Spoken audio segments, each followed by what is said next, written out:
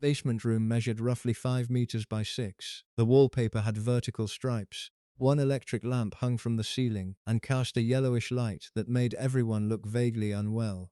There were no windows that opened. Rooms smelled the way rooms smell when people have been living too close together for too long.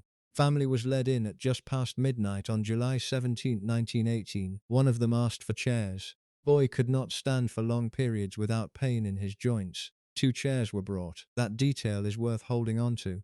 Member of an armed Bolshevik execution detail stopped what he was doing and found 2 chairs. Because a woman asked him to, and because a 13-year-old boy had an illness that made standing for any length of time an act of small endurance. Family arranged themselves. Nicholas Romanov, former Tsar of all the Russias, stood holding Alexei in front of him. Alexandra sat. 4 daughters, Olga, Tatiana, Maria, Anastasia, arranged themselves in a cluster behind their parents, the family physician, Dr. Jean Botkin, who had voluntarily followed his patients into captivity and refused every chance to leave, stood to one side. The valet, the cook, maid, 3 servants who had chosen to stay when they could have walked out, stood against the far wall.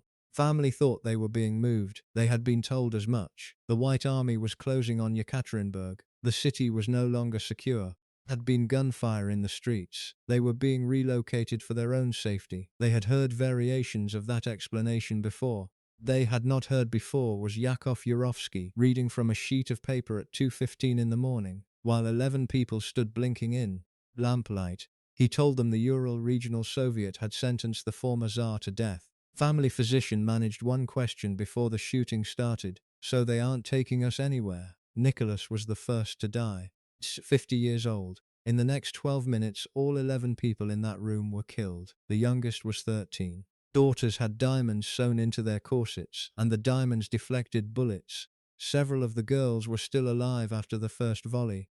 Guards used bayonets to finish what the guns had not. When it was over, Yurovsky's men carried the bodies out through the courtyard and into trucks. They drove through the dark, buried the family in a field outside the city, and tried to destroy the evidence with acid and fire.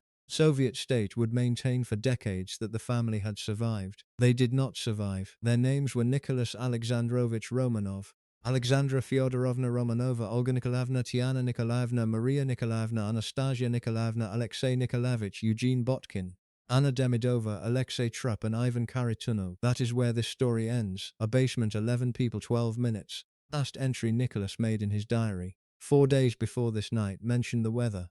It had been warm. He had read some history. Question is how it started. Before you continue watching, if you haven't already, please subscribe and hit that notification bell. Videos like this one take months of research. Your subscription makes the next one possible. If you enjoy deep dive royal history that goes beyond the surface version you learned in school, you are exactly in the right place. Nicholas Alexandrovich Romanov was born on May 18, 1868 at Tsarskoe Selo, the imperial village outside St. Petersburg. He was the first child of the Tsarevich Alexander Alexandrovich and his Danish-born wife Maria Feodorovna. The palace where he was born was enormous. Grounds were manicured to a standard that required hundreds of staff. Country over which his family ruled covered 1/6 of the Earth's land surface. He grew up afraid of it, not obviously afraid. He was not a child who cowered or wept openly. He learned to present himself well, to ride horses, to appear comfortable in uniform, to make small talk with visiting dignitaries. His tutors noted that he was quick to learn and genuinely warm to the people around him. Beneath the pleasant surface, the people who knew Nicholas closely kept noticing the same thing. He did not want the job, he said so, repeatedly. People he trusted. He wrote it in his diary. In 1892, when he was appointed to the Finance Committee of the State Council, he recorded his reaction in one sentence: "A good deal of honor but little pleasure." He added that he had been kept so late by the meeting that he missed an engagement at the military academy he had been looking forward to. The statecraft bored him, the military ceremony delighted him. That ratio would hold for the rest of his life. Father Nicholas grew up under was a different kind of man. Alexander III stood 6 feet 3 inches tall and could bend iron pokers with his bare hands as a party trick. He considered himself the rightful absolute ruler of Russia and acted accordingly. Political philosophy fit on a postcard: autocracy, orthodoxy, and nationalism, in that order, with no room for amendment or debate. He had watched his own father, the reform-minded Alexander II, bleed to death on the floor of the Winter Palace after a revolutionary's bomb caught him on the street, and he had drawn the obvious lesson. Reform was weakness. Weakness invited attack. Only safe response to dissent was the iron fist applied early and often. Alexander III did not believe in preparing his son for power. Whether this was because he expected to live much longer than he did, or because he could not imagine his quiet, sweet-natured eldest being capable of it, is a question historians have argued about without resolution. What is clear is that Nicholas reached adulthood with an excellent knowledge of foreign languages, a genuine love of military drill, deep orthodox faith, and almost no practical understanding of how to govern a country of 130 million people. He knew this about himself. That is one of the strange qualities of Nicholas's story. He was not deluded about his limitations. He acknowledged them clearly, sometimes with a directness that was almost startling for a man raised to be an emperor. Moment that illustrates this best came in October 1894 when Alexander III was dying at Livadia, his palace in Crimea. Nicholas was 26 years old. He sat beside his cousin Grand Duke Alexander Mihailovich, who was known in the family as Sandro. Through his tears, he asked a question that Sandro later recorded in his memoirs. What is going to happen to me and to Russia? I am not prepared to be a Tsar. I never wanted to become one. Sandro did not have an answer. No one did. 4 days later, Alexander III was dead. Nicholas was the Tsar. He was the most powerful autocrat in the world. He ruled by divine right, and he believed in that right sincerely, completely, in a way that left no gap for doubt or adjustment. He would spend the next 23 years governing an empire he had never wanted to govern, defending a system of absolute power that he lacked the personality to exercise, making decisions that cost millions of lives while writing in his diary about the weather, the afternoon walks, the games of tennis, children's progress at their lessons. His diary is a record that historians have argued about, almost since it was open to scholars. Some cite it as proof of his stupidity or indifference, a man who could record the kill count of a day's hunting while his country boiled with revolutionary tension. Others point out that this is not quite fair, that all diaries are partial documents. Nicholas may have processed his deeper thoughts elsewhere. Both sides are right in different ways. What the diary does confirm is the pattern. Bloody Sunday happened in January 1905, and troops shot down a peaceful procession of workers outside the Winter Palace. Nicholas was not in the city. He heard about it that evening. He wrote, "A hard day. Petersburg, there was serious unrest due to the workers' wish to reach the Winter Palace. Troops had to shoot in different parts of the city, and there were many killed and wounded. Lord, how painful and hard, painful and hard." That is what the deadliest day in the history of the city since the Napoleonic Wars merited in his private journal. 12 words. To be fair to him, Nicholas felt things genuinely. He was not numb. His sister, Grand Duchess Olga, who spent the rest of her long life defending his memory, insisted that he felt everything and felt it deeply. The problem was not the depth of the feeling, it was what he did with it afterward. He felt it. He wrote about it briefly, he prayed, and then he had tea and went for a walk. That capacity for what might politely be called compartmentalization, and less politely be called a total failure of political imagination, was the mechanism through which one disaster after another went unaddressed, till it was too late to address anything. But to understand how that mechanism formed, you have to go back before Alexander III's death, before the coronation, before the throne.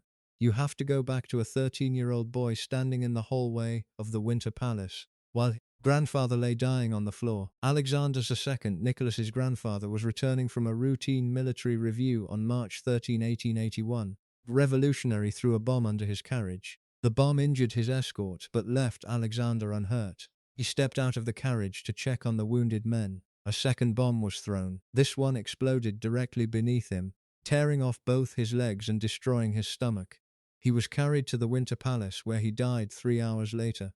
Nicholas was 13 years old. He watched his grandfather die. His father moved the family to Gatchina Palace, out in the countryside, the intention of keeping them safer and further from the city's dangers. The lesson Nicholas was taught and absorbed, that the world outside was lethal, that reformers were assassins in waiting. The only safe response to dissent was the suppression of dissent. He was also taught this by Konstantin Pobedonoscev, chief procurator of the Holy Synod, who served as his tutor. Pobedonoscev was the intellectual architect of Russian reaction, believed parliaments were frauds, that constitutions were foreign poisons, that democratic government was a machinery for manufacturing lies. He spent years telling the future Tsar exactly that. Nicholas absorbed it as gospel.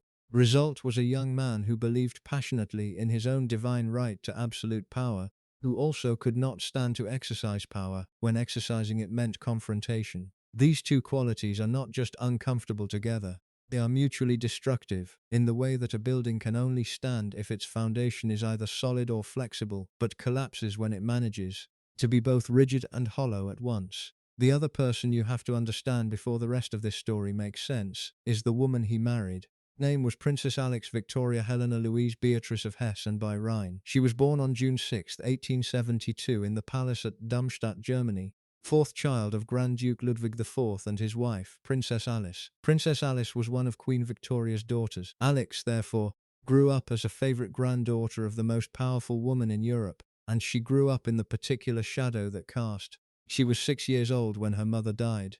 Princess Alice had a gift for emotional generosity that Alex would spend the rest of her life trying to capture. When the youngest child, Marie, died of diphtheria in November 1878, Alice broke the rule doctors imposed about quarantine and held her surviving children while she told them what had happened. She caught diphtheria from one of them. She died on December 14th, which happened to be the 17th anniversary of her own father, Prince Albert's. The loss hit the children in different ways. Alex, the most sensitive of them, felt it as a wound that did not properly close. She became shy in a way she had not been before, more guarded, more watchful, slower to trust. The open, loving child her mother had loved became a more interior person, not cold but careful, not unfriendly, self-protective in a way that read to strangers as aloofness. Queen Victoria, who felt some guilt about the losses her Hesse grandchildren had suffered, took a particular interest in them. Alex visited Balmoral and Windsor regularly. She was educated to a high standard, spoke English as fluently as German, developed the intense religious feeling that would remain with her through every stage of her life. At 14, she was already described by courtiers as deeply serious, somewhat intense, beautiful in the particular way of a woman who carries a private sadness. She first met Nicholas at a family wedding in 1884. She was 12. 16. He was taken with her immediately and wrote about her in his diary with a warmth that surprised people who knew his usual reserve. As less immediately struck, he was a child, and he was, despite being a Tsarevich, still a slightly shy young man rather than the overwhelming figure she might have expected. They met again in 1889 at another family gathering. By this point something had shifted. Nicholas was 21 and fixed. He wanted to marry her. He had no interest in anyone else. His mother, Empress Maria, had concerns about the match. She thought Alex's Protestant background might make the conversion to Orthodoxy difficult. Queen Victoria, who loved Alex fiercely, had concerns of her own. She thought Russia was too unstable a place, too dangerous. She had watched enough of her family marry into Russian courts to know that the happiness promised in those gilded rooms was rarely delivered. She wrote letters recommending caution. She was ignored, which was a thing that happened to Queen Victoria more often than people imagine. What was harder for Alex to accept was the conversion itself. She was a believing Protestant in a way that was personal, interior, deeply thought through. Russian Orthodoxy asked her to convert entirely, to accept a new faith as her true one, to renounce the tradition she had carried since childhood. She spent 2 years refusing. Nicholas waited. He was extraordinarily patient in matters of personal sentiment, whatever his failures elsewhere. He wrote her letters. He arranged for Pobedonostsev, of all people, to explain Orthodox theology to her. He did not push. He simply made it clear, quietly and repeatedly, that he was not going anywhere. April 1894, at Coburg for a family wedding, Alex agreed to convert. Her conversion, when it came, was not a diplomatic gesture.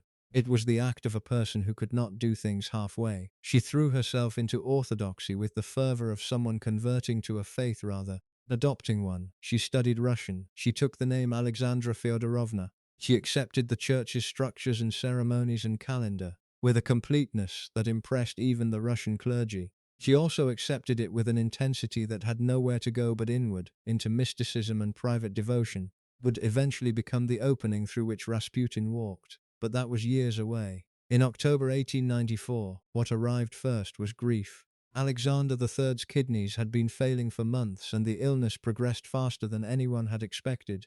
Nicholas and Alexandra had barely been engaged when they had to travel together to Crimea to watch the old Tsar die. Alexander III died on November 1, 1894, at Livadia with his family around him. Nicholas held his father's hand. He cried. The two cousins sat together afterward, Nicholas asked the question about not being prepared to be a Tsar. 17 days later, same period of official mourning for the dead emperor, Nicholas and Alexandra were married. It was a small ceremony, as imperial weddings go. Alexandra had arrived in Russia in a funeral cortege, and married almost before she had time to learn the language properly. Russian gossips were already beginning to call her the funeral bride, which was uncharitable but not entirely unfair as an omen. Nicholas's mother, Empress Maria Feodorovna, grieved for her husband and found it difficult to step aside. She had been the center of the Russian court for 13 years. She was beloved, capable, and deeply aware of the machinery of royal protocol. Daughter-in-law was a German woman of 22, who spoke Russian with an accent and had trouble with the orthodox ceremonies. Two women circled each other with a wariness that never quite became warmth. Maria Feodorovna thought Alexandra was peculiar.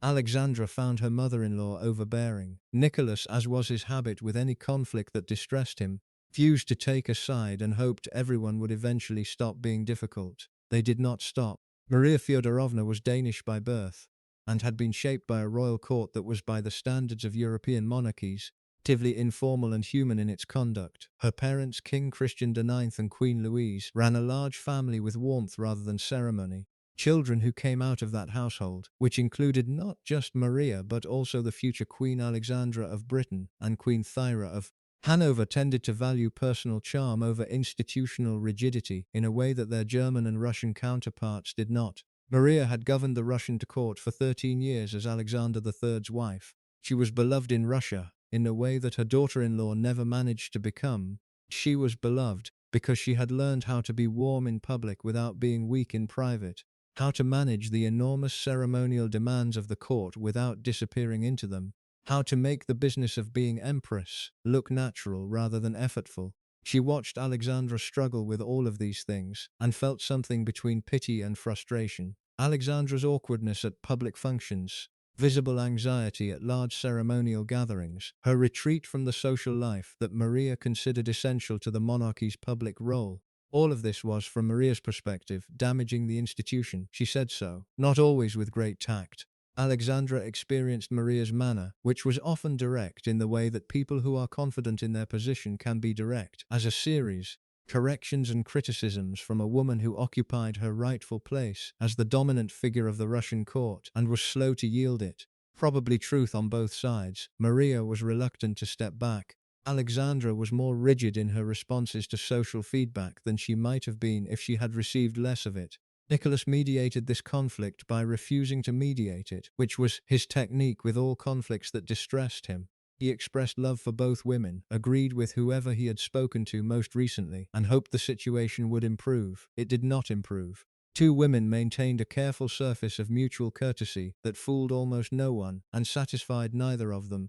Nicholas operated in the space between them with a particular quality of denial that characterized his response to everything he could not fix.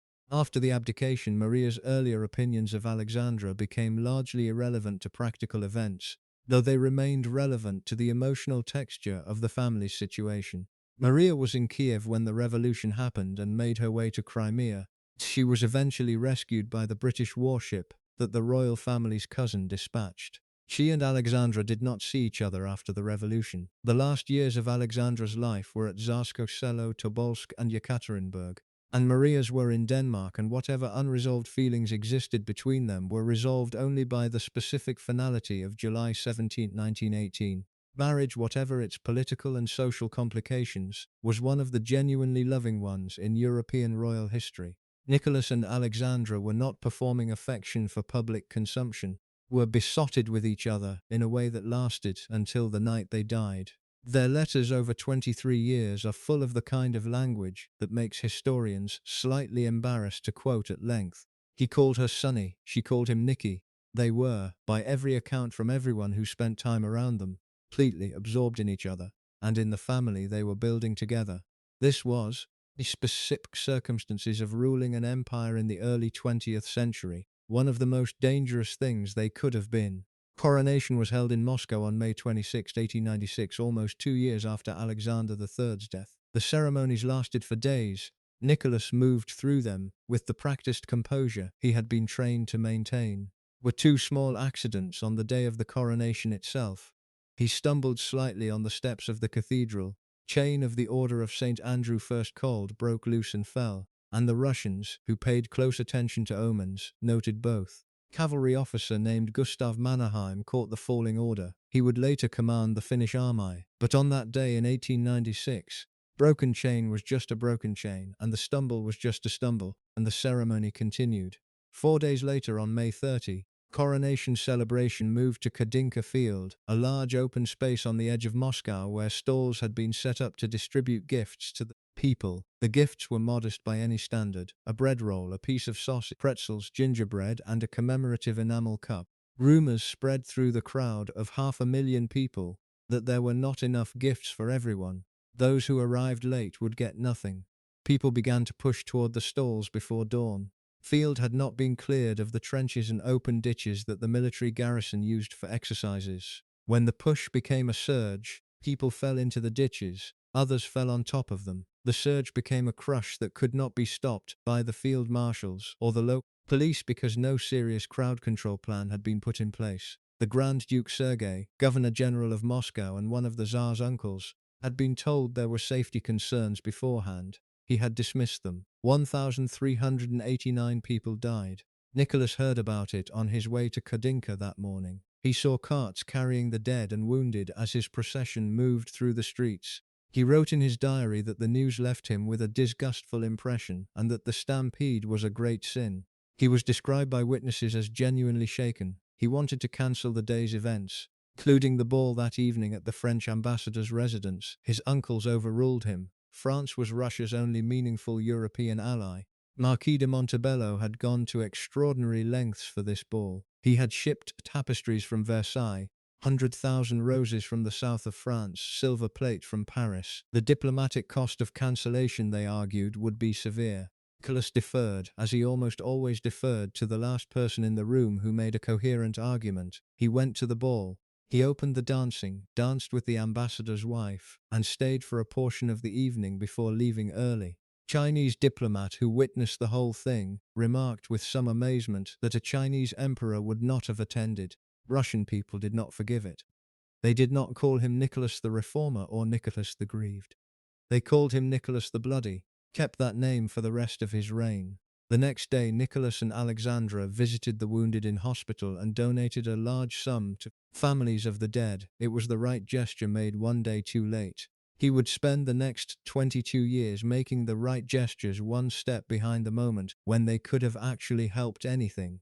Trip to Japan in 1890 deserves its own account, not because the details are obscure, but because the specific incident that occurred there is one those moments that biographers reach for when they want to illustrate something true about a person's character through an event, rather than through a direct statement. Nicholas was 21 when he set out on the grand tour of Asia that his father had arranged for him, partly as education, partly to give the heir a view of the world beyond European royal courts, partly because Alexander III had recognized, if not quite faced, question of how a young man who had never done anything difficult was going to govern an empire of 130 million people. Tour was military and ceremonial. Japan, China, India, Egypt, Turkey, Greece. They traveled by ship and train and in carriages. Every stop the local dignitaries turned out in force, and the ceremonial uniforms came out, and the local customs were observed with the diplomatic patience that Nicholas had been trained to maintain. In Japan, on April 29, 1891, while traveling through the town of Otsu by rickshaw,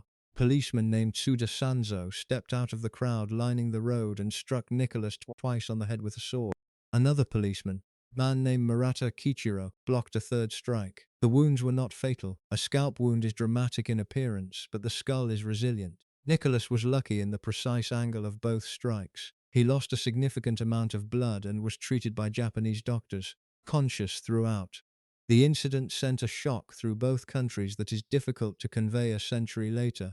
Japan was in the middle of its forced opening to the Western world, and the diplomatic implications of an assassination attempt on the Russian heir, Japanese soil by a Japanese policeman, was severe enough that the Emperor of Japan traveled to Kobe to visit Nicholas in person, and Japanese crowds gathered outside the hospital in expressions of collective apology. The Japanese government was terrified.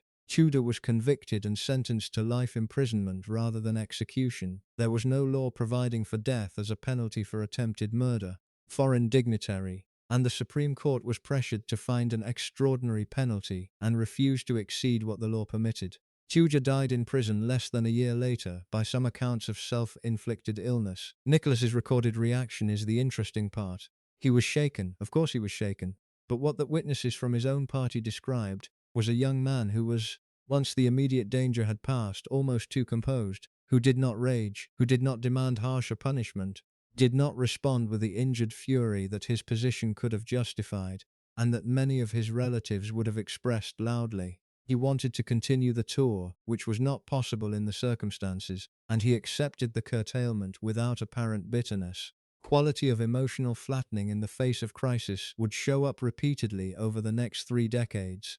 Interpreted at the time as maturity and control, and perhaps in a man suited to power it would have been those things. In Nicholas it was something slightly different, a genuine inability to let extreme events register at the level of action, even when they deserved to. His father never finished teaching him to be Tsar. Alexander III died in October 1894 at 49, arthritis that worsened faster than expected. He had been too big a man, in every physical sense, for his kidneys to sustain. He had been sick for some time before the family gathered at Livadia for the final weeks. Nicholas sat at his father's bedside and watched the man who had defined the terms of power in Russia for 13 years grow smaller and quieter. Stop. The new Empress Alexandra sat beside her future husband and prayed. Grand Duke Alexander Mikhailovich, in his memoirs, records the last conscious days and their effect on Nicholas, in terms that make coming reign seem almost predictable. Young man who had been trained to defer to the strongest personality in the room, who now found himself the strongest personality in the room by default and by law, with absolutely no idea what to do with it. Weight fell at 26. He carried it for 23 years without ever finding the right way to carry it. There is a specific detail from the first weeks of Nicholas's reign that the journalist and historian Robert Massey, biography of Nicholas and Alexandra, remains one of the essential accounts of this period considered revealing. Day after Alexander III's death, Nicholas received Sergei Witt, the finance minister, for a routine report. Tyr had served Alexander III for years and had shaped Russian economic policy with a vision and force that the old Tsar had respected and sometimes overridden. He arrived expecting to brief the new Tsar on the ministry's current projects. Nicholas received him, listened to the report. At the end of the audience told Witt that he hoped their relationship would continue in the same manner as it had with his father. This was the correct diplomatic thing to say. It was also, Witt later reflected, the entire extent of what Nicholas said. No questions, no engagement with the substance of the report, no indication of his own views or his own understanding of the issues being described. Just the formal pleasantry and the close of the meeting. Witt was an intelligent man who had spent his career reading the intentions of powerful people, and what he read in that first meeting was that the new Tsar was either being deliberately careful or had nothing to offer.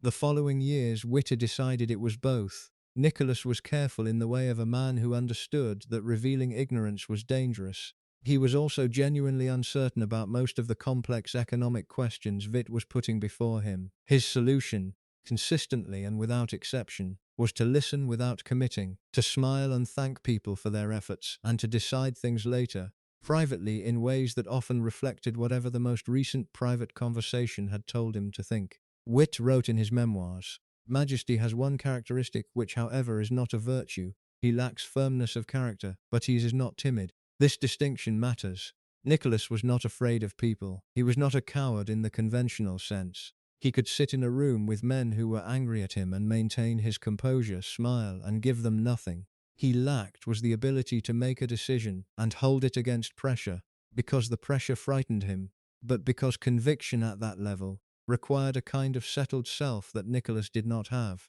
He had doubts about everything except his duty to maintain autocracy, and even about that he had more private doubts than he usually admitted. Men who served him best understood this. Stolypin understood it and worked with it, presenting the Tsar with decisions that had already been framed so narrowly that the only choice was yes or the explicit choice to reverse a previous agreement which Nicholas would avoid. Stolypin could get things done this way. He was, in a phrase that a minister used about him at the time, Man who knew how to hold the Tsar's hand and move him in the right direction, without Nicholas noticing he was being moved. Problem is that this method required someone as capable as Stolypin to execute it, and Stolypin was shot dead in 1911. Before we arrive at Rasputin in full, it is worth spending a moment on the atmosphere of the court at the turn of the 20th century, because Rasputin did not appear in a vacuum. He appeared in a court that was already saturated with mysticism and with the particular desperation comes from a combination of extreme wealth, genuine anxiety, and the absence of any reliable framework for addressing the anxiety. St. Petersburg in the 1890s and 1900s was a city in which spiritualists, faith healers, fortune-tellers, table-turners, practitioners of various forms of religious and quasi-religious consolation moved through aristocratic drawing rooms with relative ease. Russian Orthodox Church provided one channel for spiritual life, but it was a formal, hierarchical, often cold channel. Many people of the educated classes who wanted something more personal, more immediate, more experiential, looked elsewhere. Tradition of the wandering holy man, the starets, the pilgrim, the man set apart from ordinary life by an assumed or genuine spiritual call, real and respected element of Russian religious culture, and it provided a category that Rasputin could slot it into convincingly. Alexandra, in particular, was susceptible to this tradition, because she was a convert who had taken orthodoxy with full seriousness, who needed it to be real and not merely ceremonial, and who had the convert's tendency to want the faith to deliver more than it ordinarily does. She had tried several people before Rasputin who claimed various forms of healing or spiritual access, and had been disappointed each time.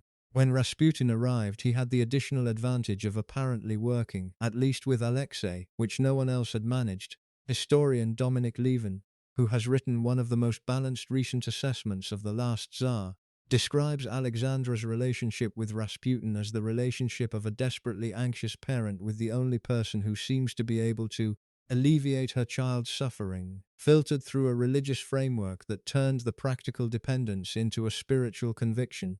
Once the practical and the spiritual were fused in this way, any attempt to remove Rasputin was not just an intrusion on family life but an attack on provision. Alexandra could not hear criticism of Rasputin as information. She heard it as spiritual assault. Nicholas understood this on some level. His comment that he knew Rasputin was probably not celibate, and that this did not matter because the boy was alive is not the statement of a man who believed Rasputin was a saint. It is the statement of a man who had decided that his wife's need and his son's life together outweighed his discomfort, and that no amount of political cost could change that calculation. It is understandable as a father's reasoning. It is also, as has been noted, catastrophically inadequate as a Tsar's reasoning. The cost, measured in the political legitimacy of the dynasty, in the quality of governance produced by Rasputin-influenced appointments, German spy rumors that spread through the military during the war and corroded confidence in the High Command's loyalty, was enormous. Nicholas absorbed all of that cost rather than make a decision that would cause his wife pain. Rasputin letters are perhaps the most extraordinary documents to survive from this period of Russian history. Alexandra wrote to him frequently and at length, and some of those letters have survived. They address him as my dear, my friend, occasionally in terms that outsiders found shocking, though what shocked outsiders was probably the intimacy of tone rather than anything sexually explicit, since the letters that are preserved are almost entirely spiritual and maternal in their register. She asks for his prayers. She tells him what Nicholas has been worried about. She seeks his counsel on political matters with a directness that makes plain how seriously she took his opinion. Rasputin's replies, which also survive in fragments, are less polished. He was not a literary man, but they show a person who understood exactly how to speak to someone whose need is primarily for reassurance and spiritual affirmation. He told her God was watching. He told her the Tsar was strong. He told her the people loved the family. He told her whatever the night's specific anxiety required. He was specific and limited function of comforting an anxious woman and apparently soothing an ill child, effective. In every other function attributed to him, from political advisor to channel of divine grace, he was a disaster. Political figures who were appointed at Rasputin's recommendation or approval in the war years ranged from the incompetent to the actively harmful. Boris Sturmer, appointed in January 1916 on Rasputin's endorsement, was a man whom members of the Duma compared, parliamentary language, to a bureaucratic shell with no substance inside. He was not incapable in the narrow sense. He had administered a provincial government adequately for years, but he was in no way suited to managing war cabinet, and he had no mandate from any constituency except Alexandra's confidence and Rasputin's recommendation. Alexander Protopopov, appointed interior minister in October 1916 with Rasputin's blessing, was the figure who perhaps best illustrates how far gone the system was. Mental stability was questioned by multiple people at the time, including eventually by Rasputin himself, who apparently began to have second thoughts about his appointment within weeks of recommending it. Continued in office anyway because Alexandra defended him. Mikhail Rodyanko, the president of the Duma, wrote a letter to the Tsar in late 1916 that was probably the most direct communication that any official figure managed to send Nicholas about the state of things. "There is not a single honest or reliable man left in your entourage," Rodyanko wrote. "All the best men have been removed or have resigned, and only those who enjoy no confidence remain." He was describing a government that had, through a combination of Rasputin's influence and Alexandra's push for hardline autocracy, reduced itself to people who would not challenge anything and could not execute anything. It was an empire being run by fear of confrontation.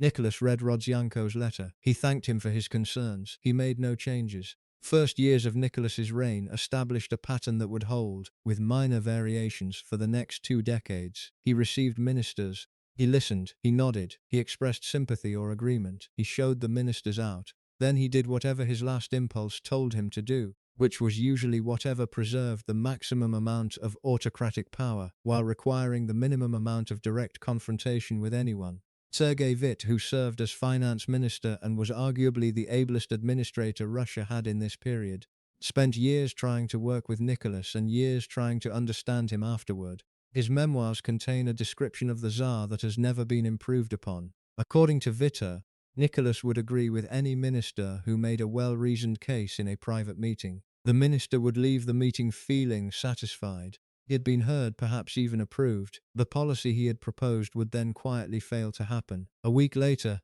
opposing minister would have an audience and advance the opposite case and be equally well received. It was not strategic ambiguity or cunning statecraft. It was a man who could not say no to anyone in the room and made up for it by saying yes to everyone. The result across 23 years was a government that moved in circles. Able men were appointed, grew frustrated, resigned or were dismissed. The minister Plev, who was hardline, was assassinated in 1904.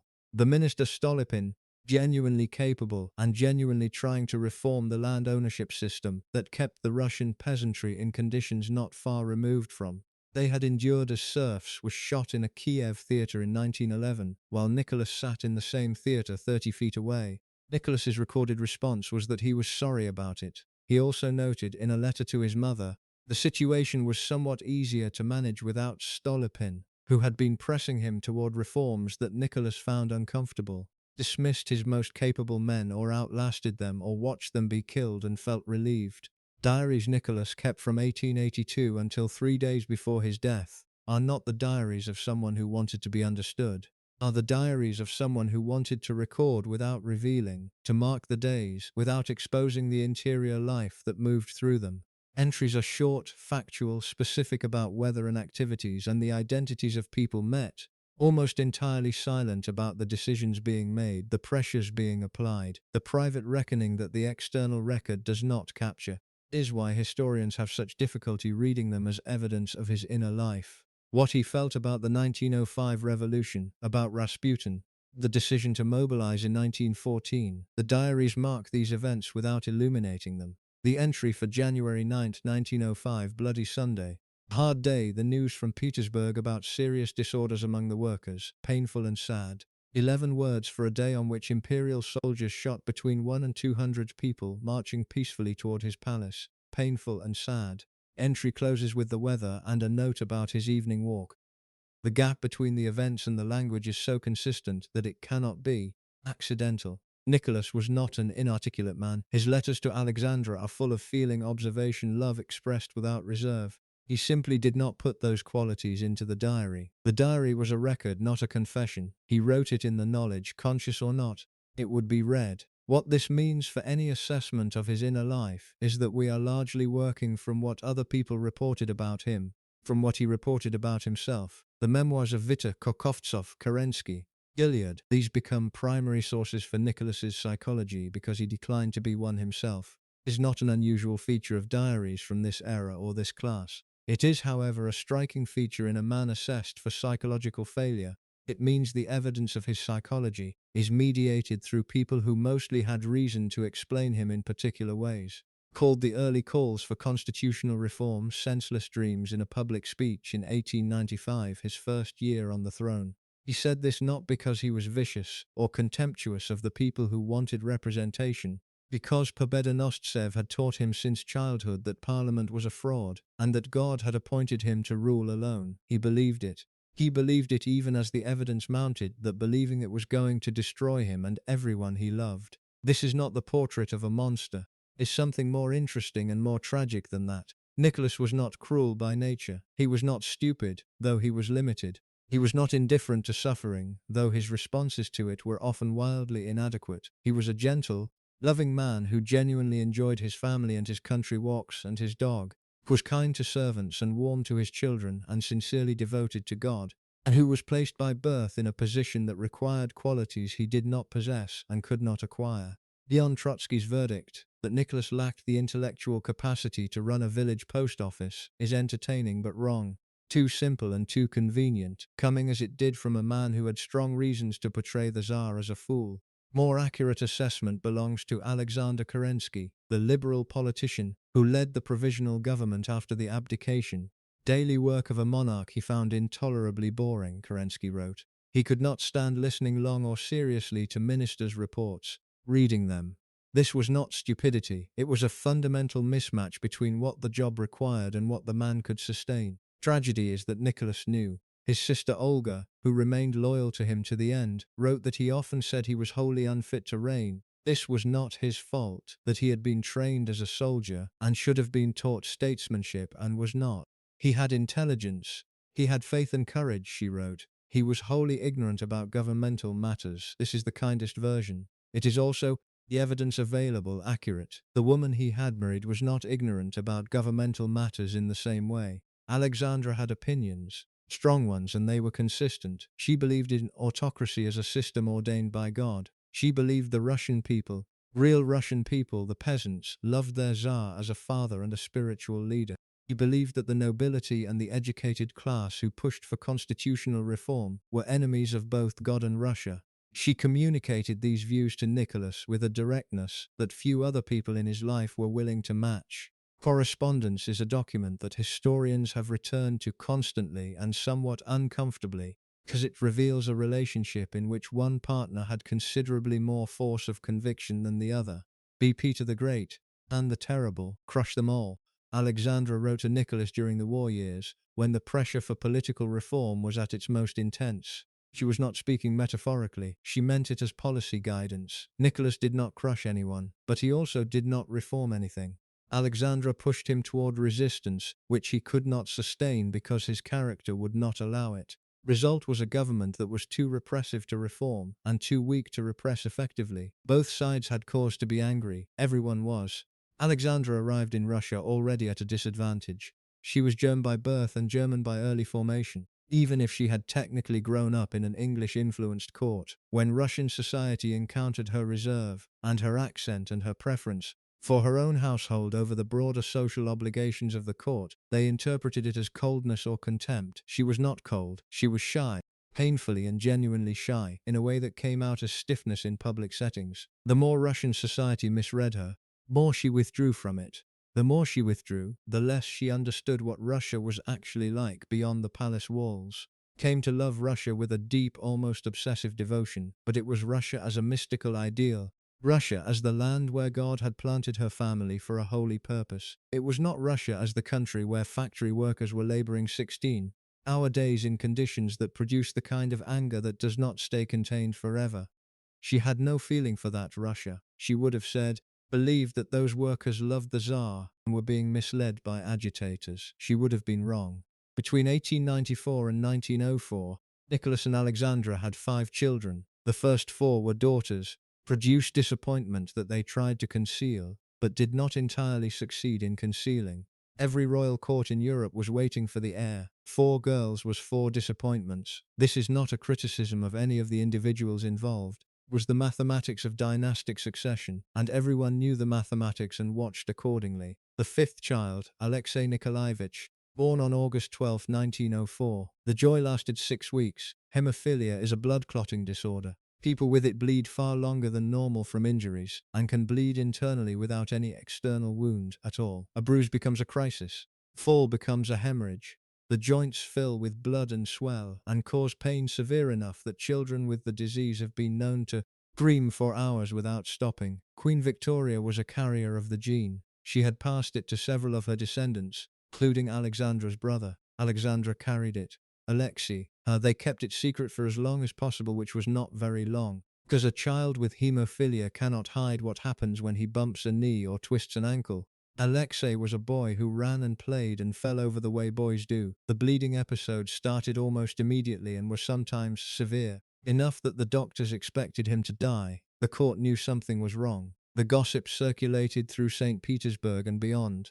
People who saw Alexei noticed that he moved carefully, that he was sometimes carried. His parents watched him with a particular quality of fear that could not be explained by ordinary parental concern.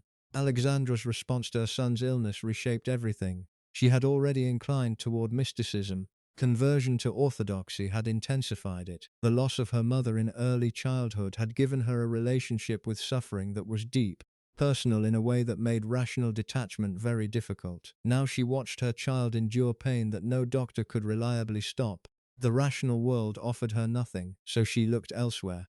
Before Rasputin, there was a French charlatan named Monsieur Philippe, who claimed to be able to influence the sex of unborn children, and generally managed to make himself indispensable to Alexandra through a combination personal warmth and spiritual claims that the Empress chose to accept rather than examine. Russian Okhrana secret police sent a report to Nicholas, explaining that Philippe had no medical qualifications whatsoever and had been prosecuted in France for practicing medicine without a license. Nicholas read the report, thanked the police, and continued to receive Philippe in his home. Alexandra drove the man away eventually when she realized he had falsely convinced her she was pregnant. But the template had been established.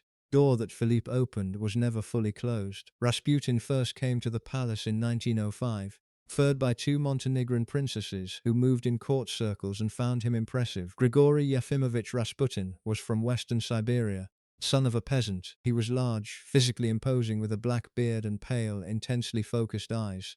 He could not be easily ignored, and he had learned, through whatever combination of natural magnetism and practiced calculation, a certain kind of intense attention made women feel seen in a way that polished men in uniforms usually did not manage. He was introduced to Alexandra as a man of God, a holy man in the Russian tradition of the starets, a wandering spiritual elder.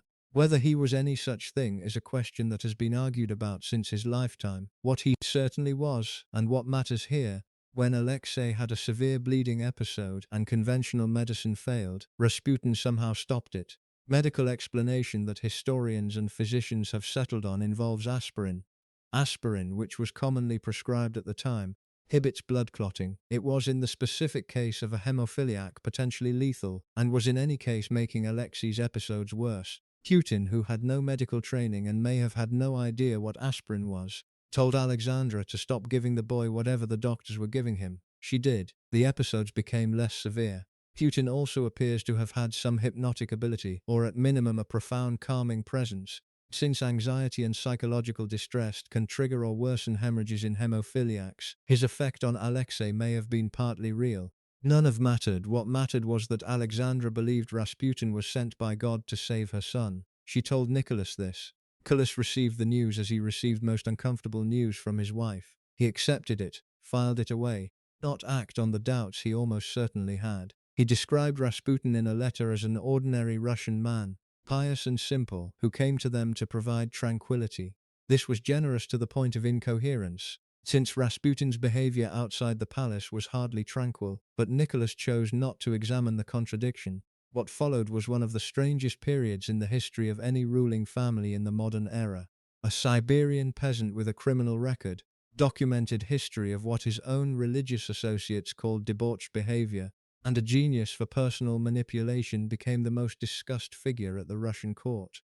Aristocrats who approached Alexandra about Rasputin were dismissed. Ministers who raised the subject with Nicholas found the conversation ended before they had finished their sentences. The police accumulated files on Rasputin's activities in St. Petersburg that were presented to the palace, politely returned. Nicholas told one minister that he understood the problem, but that the matter was, by his account, none of the government's business. The Tsar of all the Russia said this about a peasant who was visiting his wife. Year 1904 brought two things simultaneously that together began pulling Russia toward the edge: Alexei's birth and the Russo-Japanese War. Russia and Japan were competing for influence in Manchuria and Korea. The Japanese had been warning through diplomatic channels for months that they considered Russian encroachment intolerable. Nicholas's foreign policy advisors were divided. Some thought Japan would not fight. Some thought Russia would win quickly if Japan did fight, because Japan was small and Russia was enormous. Surely an Asian power could not defeat a European one in a serious military contest. Japan attacked the Russian naval base at Port Arthur on the night of February 8, 1904, without a declaration of war, which was bold, effective, and an early demonstration of what the next century would spend a great deal of time learning about, assuming you knew in advance how a conflict would. The war that followed was a disaster for Russia by almost every measure available. The Baltic Fleet, dispatched to relieve Port Arthur, sailed around the world for 7 months and was destroyed at the Battle of Tsushima in May 1905, in one of the most comprehensive naval defeats in history. Of 38 Russian ships, only 3 reached the port of Vladivostok. 21 were sunk. Nicholas called it an enormous catastrophe in his diary, which was accurate. Port of Port Arthur had already surrendered in January 1905 before the fleet arrived to relieve it. Shock that ran through Russia at these defeats was not just military. It was civilizational. Russia had never lost a war to an Asian power in modern memory. The idea that Japan, a country most educated Russians thought of as a curiosity rather than a threat, had destroyed the Russian Navy and taken a Russian Pacific fortress was the kind of event that makes people reassess everything they thought they knew about the order of things. It was against this background of military humiliation and mounting economic hardship Father Georgy Gapon organized his march to the Winter Palace. January 9, 1905, by the old Julian calendar used in Russia, was a Sunday. It was very cold. Father Gapon was a priest and an activist who had been organizing workers in St. Petersburg for several years. He was also a complication that historians enjoy, a police informant. The Okhrana had cultivated him as a way of keeping an eye on the labor movement. Whatever his private arrangement with the police, his public message was genuine in its way. He was going to lead a petition to the Tsar, request from loyal subjects to their father Tsar, asking for shorter working hours, living wages, an end to the war, and a national parliament. Collected thousands of signatures. Nicholas was not in the city. He was at Tsarskoe Selo, the palace outside the capital. He had been informed that there would be a march. He had been informed by the chain of advisors between himself and any uncomfortable fact. The march was not expected to cause serious trouble. 130 to 150,000 people walked toward the Winter Palace. The troops who had been stationed to meet them opened fire. The death toll was contested at the time and remains disputed. Official Russian records put it at 130 dead. Opposition sources claimed figures 10 to 30 times higher. Truth is likely somewhere in the middle, and the exact number is not the important fact. Important fact is that the Tsar's soldiers shot peaceful marchers who had come to petition their sovereign, destroyed in a single afternoon the semi-religious reverence for the Tsar that had kept the lid on Russian popular politics for generations. Tsar father, that the peasants were supposed to love, was either not home or was willing to let his soldiers kill them. Readings were devastating. The event acquired the name that fit it, Bloody Sunday. Father Gapon escaped the shooting and fled Russia, turning up in London and Geneva and Paris in the months afterward, dining with Lenin, writing an autobiography, announcing himself as a revolutionary hero of the working class. He returned to Russia in 1905 under an amnesty and was killed the following year, hanged in a dacha outside St. Petersburg by Socialist Revolutionary Party operatives who had discovered the extent of his police informant history, decided his usefulness as a symbol of martyrdom was exceeded by his usefulness as an example of what happened to traitors. 32 when he died. His life and death, taken together, say something that is also true about the broader revolutionary period. Almost no one in that world was playing only one role, and almost no one's story ended the way they had planned when they started. Nicholas's diary entry for that evening as noted already. A hard day, 3 words of emotion, followed by a brief factual summary. Not in the city. He did not see any of it. His distance from it was both geographical and evidently psychological. He summoned a delegation of workers to the Winter Palace 10 days later and gave a short speech about how grieved he was. He did not go to Petersburg, and he did not appear at any public ceremony that acknowledged what had happened. He stayed at Tsarskoye Selo.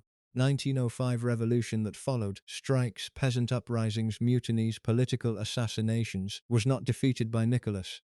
It exhausted itself. He was forced to issue the October Manifesto, which created a parliament called the Duma and promised civil liberties, because he believed in any of it, but because his prime minister, Witte, told him it was the manifesto or the end of the dynasty. He signed it.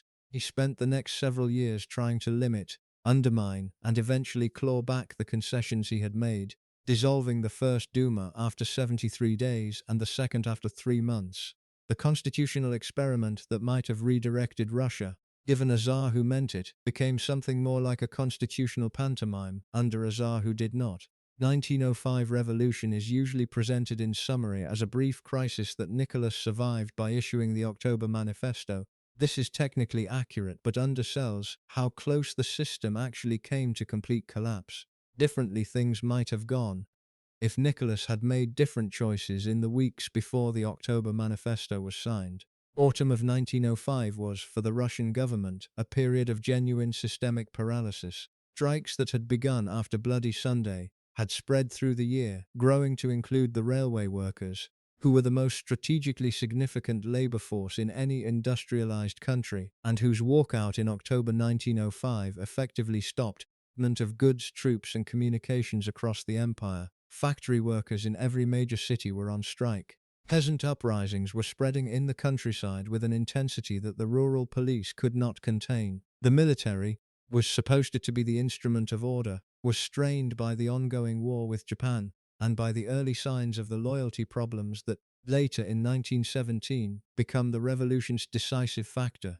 Sergei Witte had been the Russian representative at the Treaty of Portsmouth, negotiating the peace that ended the Russo-Japanese War in September 1905. He had done this well enough that Theodore Roosevelt, mediated the negotiations, had a high opinion of him. Witte returned to Russia to find a government in crisis and was summoned by Nicholas, desperate for advice. Witte gave him 2 options. The first was a military dictatorship, appointing a general with full powers to suppress strikes and the unrest by force without legal constraints until order was restored.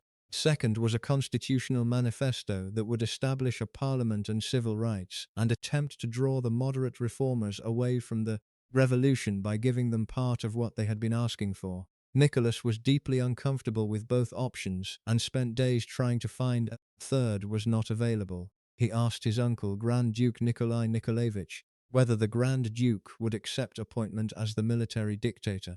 Grand Duke reportedly said he would shoot himself rather than accept such an assignment.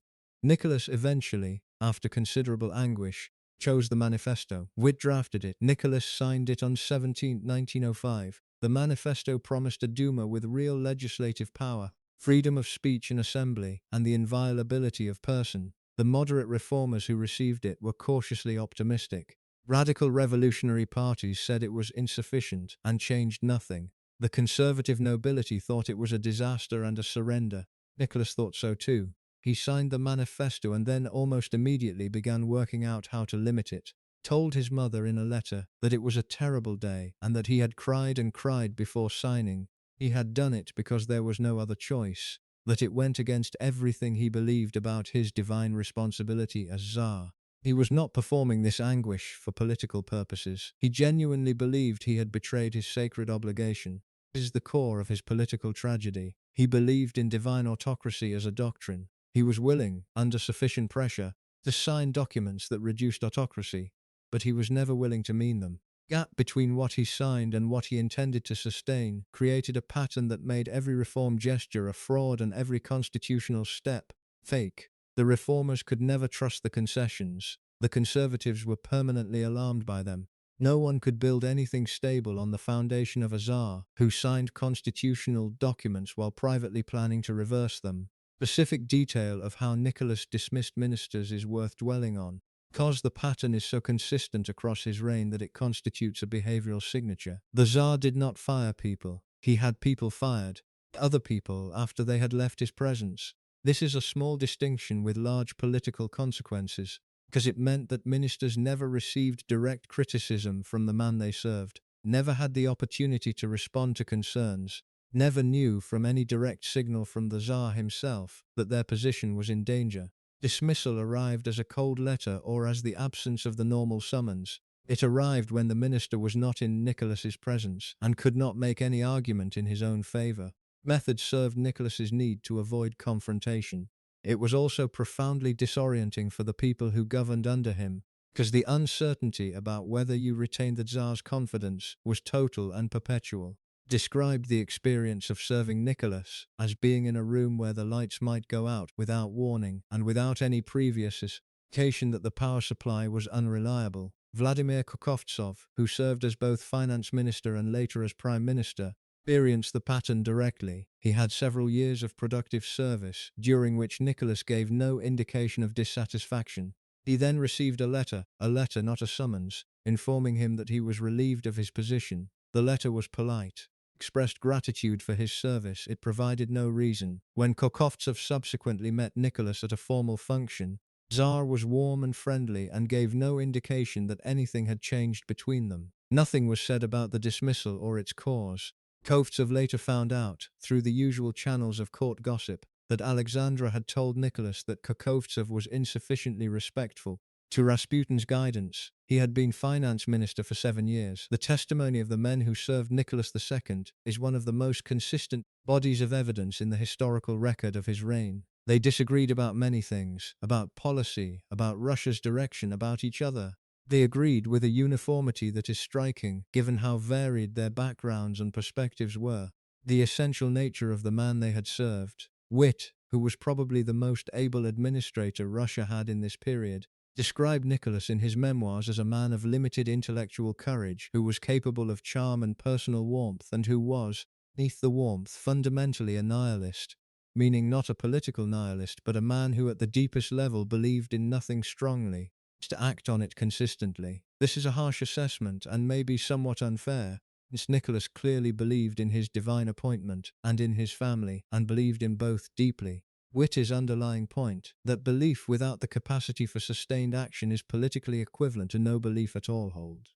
Kokovtsov, who served as both finance minister and prime minister, and was dismissed without explanation after years of apparently satisfactory service.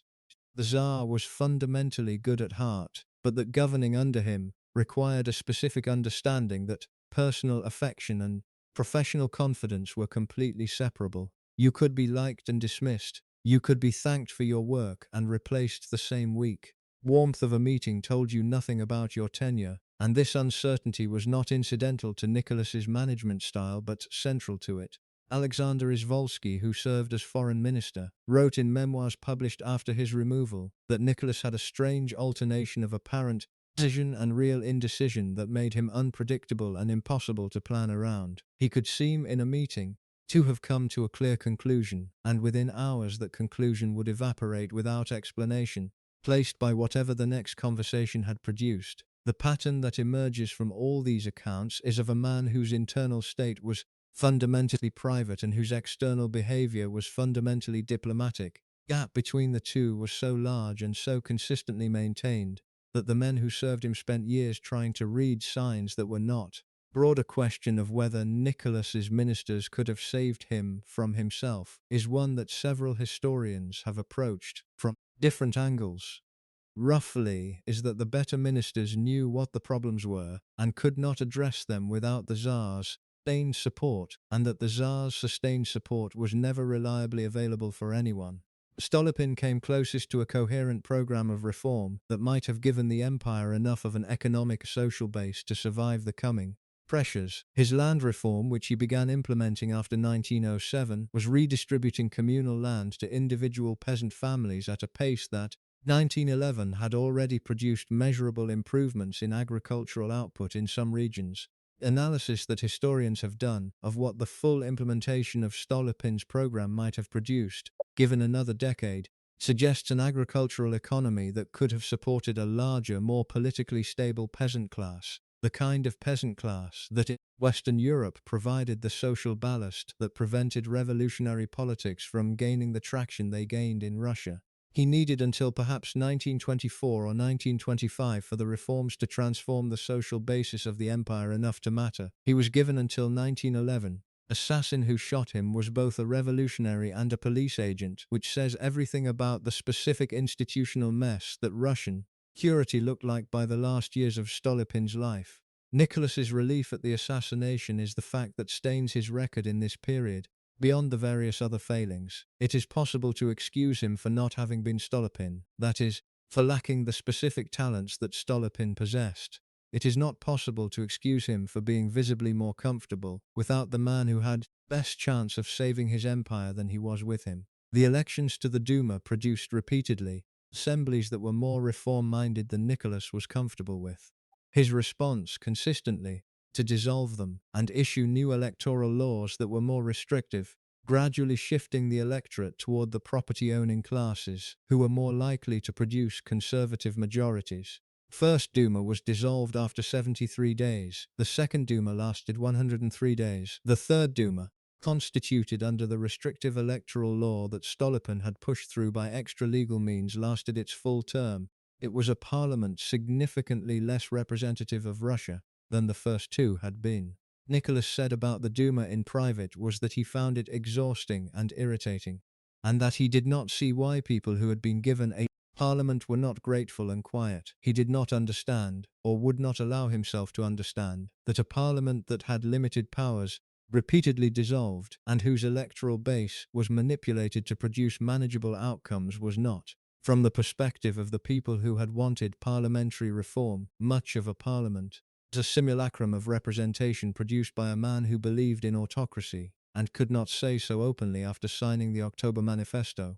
Duma members, including some genuinely conservative ones who wanted a functioning state rather than revolution, understood this perfectly well, which is why by 1916 even the conservative Duma was producing speeches about dark forces in the government. They were not revolutionaries. They were men who had been given a half-functioning constitutional system, and were watching it be used against them, and were beginning to run out of patience. Nicholas received the reports about the Duma speeches. He found them irritating. He went for a walk. To understand what Russia lost when Pyotr Stolypin was shot in Kiev in September 1911, to understand what Stolypin was trying to do, and how rarely Russia had a minister capable of trying to do it. Stolypin was the prime minister from 1906 to 1911. He came from the provincial nobility. He had served as a provincial governor. He had the kind of concrete, practical intelligence that Russian political life of this era badly needed and rarely rewarded. His land reform program was the most ambitious attempt in Russian history to address the fundamental economic grievance of the peasantry. Land ownership was trapped in communal structures, the mere that prevented individual families from building anything stable. Stolypin wanted peasants to own their land, to become small farmers with a stake in the existing order rather than a reason to burn it down.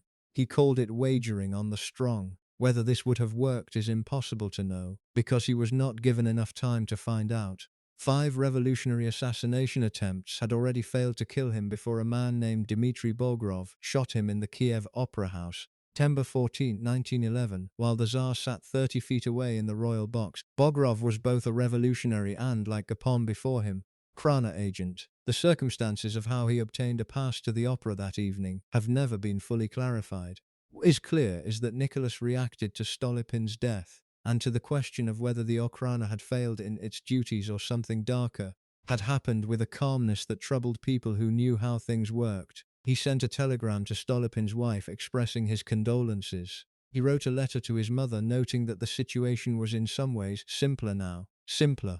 Death of the man who might have saved his empire was simpler for Nicholas because Stolypin had pressed him toward reform, and Nicholas did not, being pressed. He preferred the men who agreed with him already, which meant he preferred the men who were telling him what he wanted to hear, rather than what the country needed to know. This is not unusual behavior in rulers. It is, however, fatal behavior in rulers who face the specific combination of circumstances that Russia presented in the years between 1905 and 1917. Country transforming faster than its political institutions could manage, an empire fighting a series of military humiliations, revolutionary movement that was growing in sophistication and organization, while the government responded with a mixture of repression and inconsistency, and a monarch who dismissed his most capable men and kept the mediocre ones, because the mediocre ones were more comfortable. Comfortable ones led Russia off the cliff by degrees. By 1912, the Rasputin situation had become genuinely unmanageable. People at the Russian court who were watching it happen were beginning to speak with a desperation that even their careful language could not quite contain. The former court official Alexander Mosolov wrote that the Empress's belief in Rasputin was absolute and impenetrable. Ministers who attempted to raise the subject found the audience ended. Empress's ladies-in-waiting found that criticizing him in her presence was incompatible with remaining in her presence. Putin himself was by this point a public figure of a particular kind. His behavior outside the palace, his drinking, public boasting about his access to the Empress, the encounters with women that were described with varying degrees of outrage by various witnesses, was the subject of newspapers and pamphlets and court gossip and private reports to the Tsar. Nicholas read the reports. Krana delivered them with cover letters that tried to convey urgency without seeming presumptuous. Nicholas acknowledged them and filed them, and did nothing. One exchange with Nicholas was recorded in which he admitted to a trusted advisor that he knew Rasputin was not the saint his wife believed him to be. He said that the man was probably as rumored, not celibate. He said that none of this mattered, because when Alexei was at his worst, Rasputin calmed him, and the boy was alive, and nothing else took priority over the boy being alive. This is, as human reasoning goes, entirely understandable. Father watching his child suffer is not a rational policymaker. He is a father. Problem is that Nicholas was simultaneously a father and the head of state of an empire of 170 million people. Those two roles required different things, and he could not find a way to hold both of them at once. Broader political cost of Rasputin's presence at court was severe by any measure, and it was getting worse. Russian society, not just the liberal intelligentsia but the conservative nobility, the church hierarchy, the military officer class, people whose support Nicholas most needed, was appalled. The rumors about Alexandra and Rasputin were almost certainly false in the specific sexual sense, but were understandable given the extraordinary access he enjoyed, circulated with the malicious energy that rumors acquire when they touch something people can almost believe. Pamphlets passed hand to hand. Stories got darker and more specific as they traveled, and then came the war. Europe went to war in July and August 1914, through a process that historians have spent the century since trying to fully explain. The immediate trigger was the assassination of Archduke Franz Ferdinand in Sarajevo on June 28, 1914. The underlying mechanisms were more complicated, a web of military alliances, expectations built into war plans that could not be adjusted once mobilization began. Cumulative suspicions of great powers watching each other accumulate military capacity, series of miscalculations by leaders who believed the coming war would be shorter and more controllable than it turned out to be. Nicholas and Kaiser Wilhelm II of Germany, Nicky and Willie, as they addressed each other in the extraordinary private correspondence that survived. War exchanged telegrams in the days before mobilization, with a quality of frantic improvisation that suggests both men understood something terrible was happening and neither of them could stop it. Nicky Wilhelm wrote on July 29, 1914, "I am exerting my utmost influence to induce the Austro-Hungarian government to deal straightly to achieve a satisfactory understanding with you. Confidently hope that you will help me in my efforts to smooth over difficulties that may still arise. Very sincere and devoted friend and cousin Willie." Nicholas wrote back, "An ignoble war has been declared on a weak country. Indignation in Russia shared fully by me is enormous. I foresee that very soon I shall be overwhelmed by the pressure forced upon me and be forced to take extreme measures which will lead to war. To try and avoid such a calamity as a European war, I beg you in the name of our friendship to do what you can to stop your allies from going too far." Nicky. This is not the tone of men steering toward conflict. Tone of men being dragged towards something they cannot stop. They were both too weak, too hemmed in by the systems they presided over, alter what the systems were going to do. Nicholas cried when he received the report that general mobilization had begun. He knew what it meant. Russia mobilized, Germany mobilized. The war that the willy-nilly telegrams had failed to prevent ground into motion. Early phase of Russia's war was disastrous. The military was not prepared, not in equipment, not in supply lines, not in officer quality, in strategic coherence. The Battle of Tannenberg in late August 1914 resulted in the destruction of two entire Russian armies and the suicide of commander of the Second Army, General Samsonov. 100,000 Russian soldiers were taken prisoner in under 2 weeks. Losses continued at a rate that the empire's military structure could not sustain. Nicholas's response in August 1915 to assume personal command of the army at the front. This decision was the near-unanimous verdict of his own ministers and of every historian who has examined it since, one of the worst choices of his reign. There were several reasons why this was so. The most practical one, Nicholas had no real military experience at the command level. Placing himself in nominal command meant that every subsequent military failure would be directly attributed to him personally, rather than to his generals. The second reason, leaving the capital with Alexandra in charge, meant leaving Alexandra's judgment and Alexandra's affections in charge, which by this point meant leaving Rasputin in charge. His ministers wrote him a letter, 8 of them signed it. It was a remarkable document, respectful in tone but explicit in its meaning. Placing the Tsar at the head of the army was dangerous. Placing the Empress in effective control of the home government while he was away would have grievous results.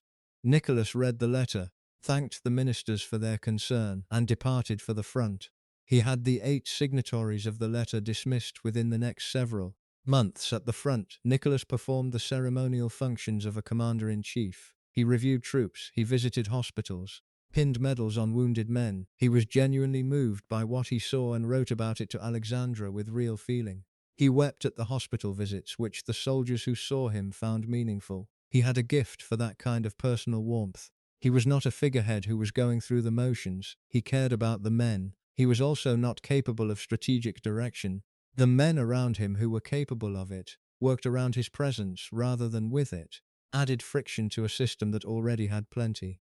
Meanwhile, in Petrograd, the city had been renamed from the German-sounding St. Petersburg at the start of the war. Alexandra was effectively governing the empire. She wrote to Nicholas daily. The letters were detailed, opinionated, urgent. She told him which ministers to dismiss and which to appoint. She reported what Rasputin had said about this or that policy question. She pushed. Nicholas, who could not stand confrontation in person, found it easier to respond to her pushing by giving her what she wanted at one remove. Between 1915 and 1916, Russia went through 4 interior ministers, 3 foreign ministers, 3 war ministers, 3 transport ministers, and 2 prime ministers. Temporaries called it the ministerial leapfrog. Rasputin had recommended most of the replacements. Some of the men he recommended were simply mediocrities who had managed to flatter him. Others were genuinely inclined toward a separate peace with Germany, which was Rasputin's consistent political position, and which made him, from the perspective of the Allied powers and of Russian military officers who were watching their men die at the front, something close to a German agent, regardless of what his actual loyalties were. The word treason began appearing in conversations at court, whispered, said clearly by men who had nothing to lose because they felt everything was already lost. Prince Felix Yusupov was 29 years old, one of the wealthiest men in Russia, married to a niece of the Tsar. Convinced that Rasputin was destroying the Romanov dynasty from within. He was also, by every account, a man of somewhat melodramatic temperament who had a gift for theatrical planning. Conspiracy he assembled in November 1916 was not primarily his idea. He was joined by Vladimir Purishkevich, a right-wing member of the Duma, Grand Duke Dmitry Pavlovich, a cousin of the Tsar, but he was its most visible executor, invited Rasputin to Yusupov's palace on the night of December 29 to 30, 1916, under the pretext that Yusupov's wife, Princess Irina, to meet him. Irina was actually in the Crimea, but Rasputin was led to believe she would be present that evening. He accepted the invitation. Murder of Rasputin has been told and retold in versions that vary considerably in their reliability.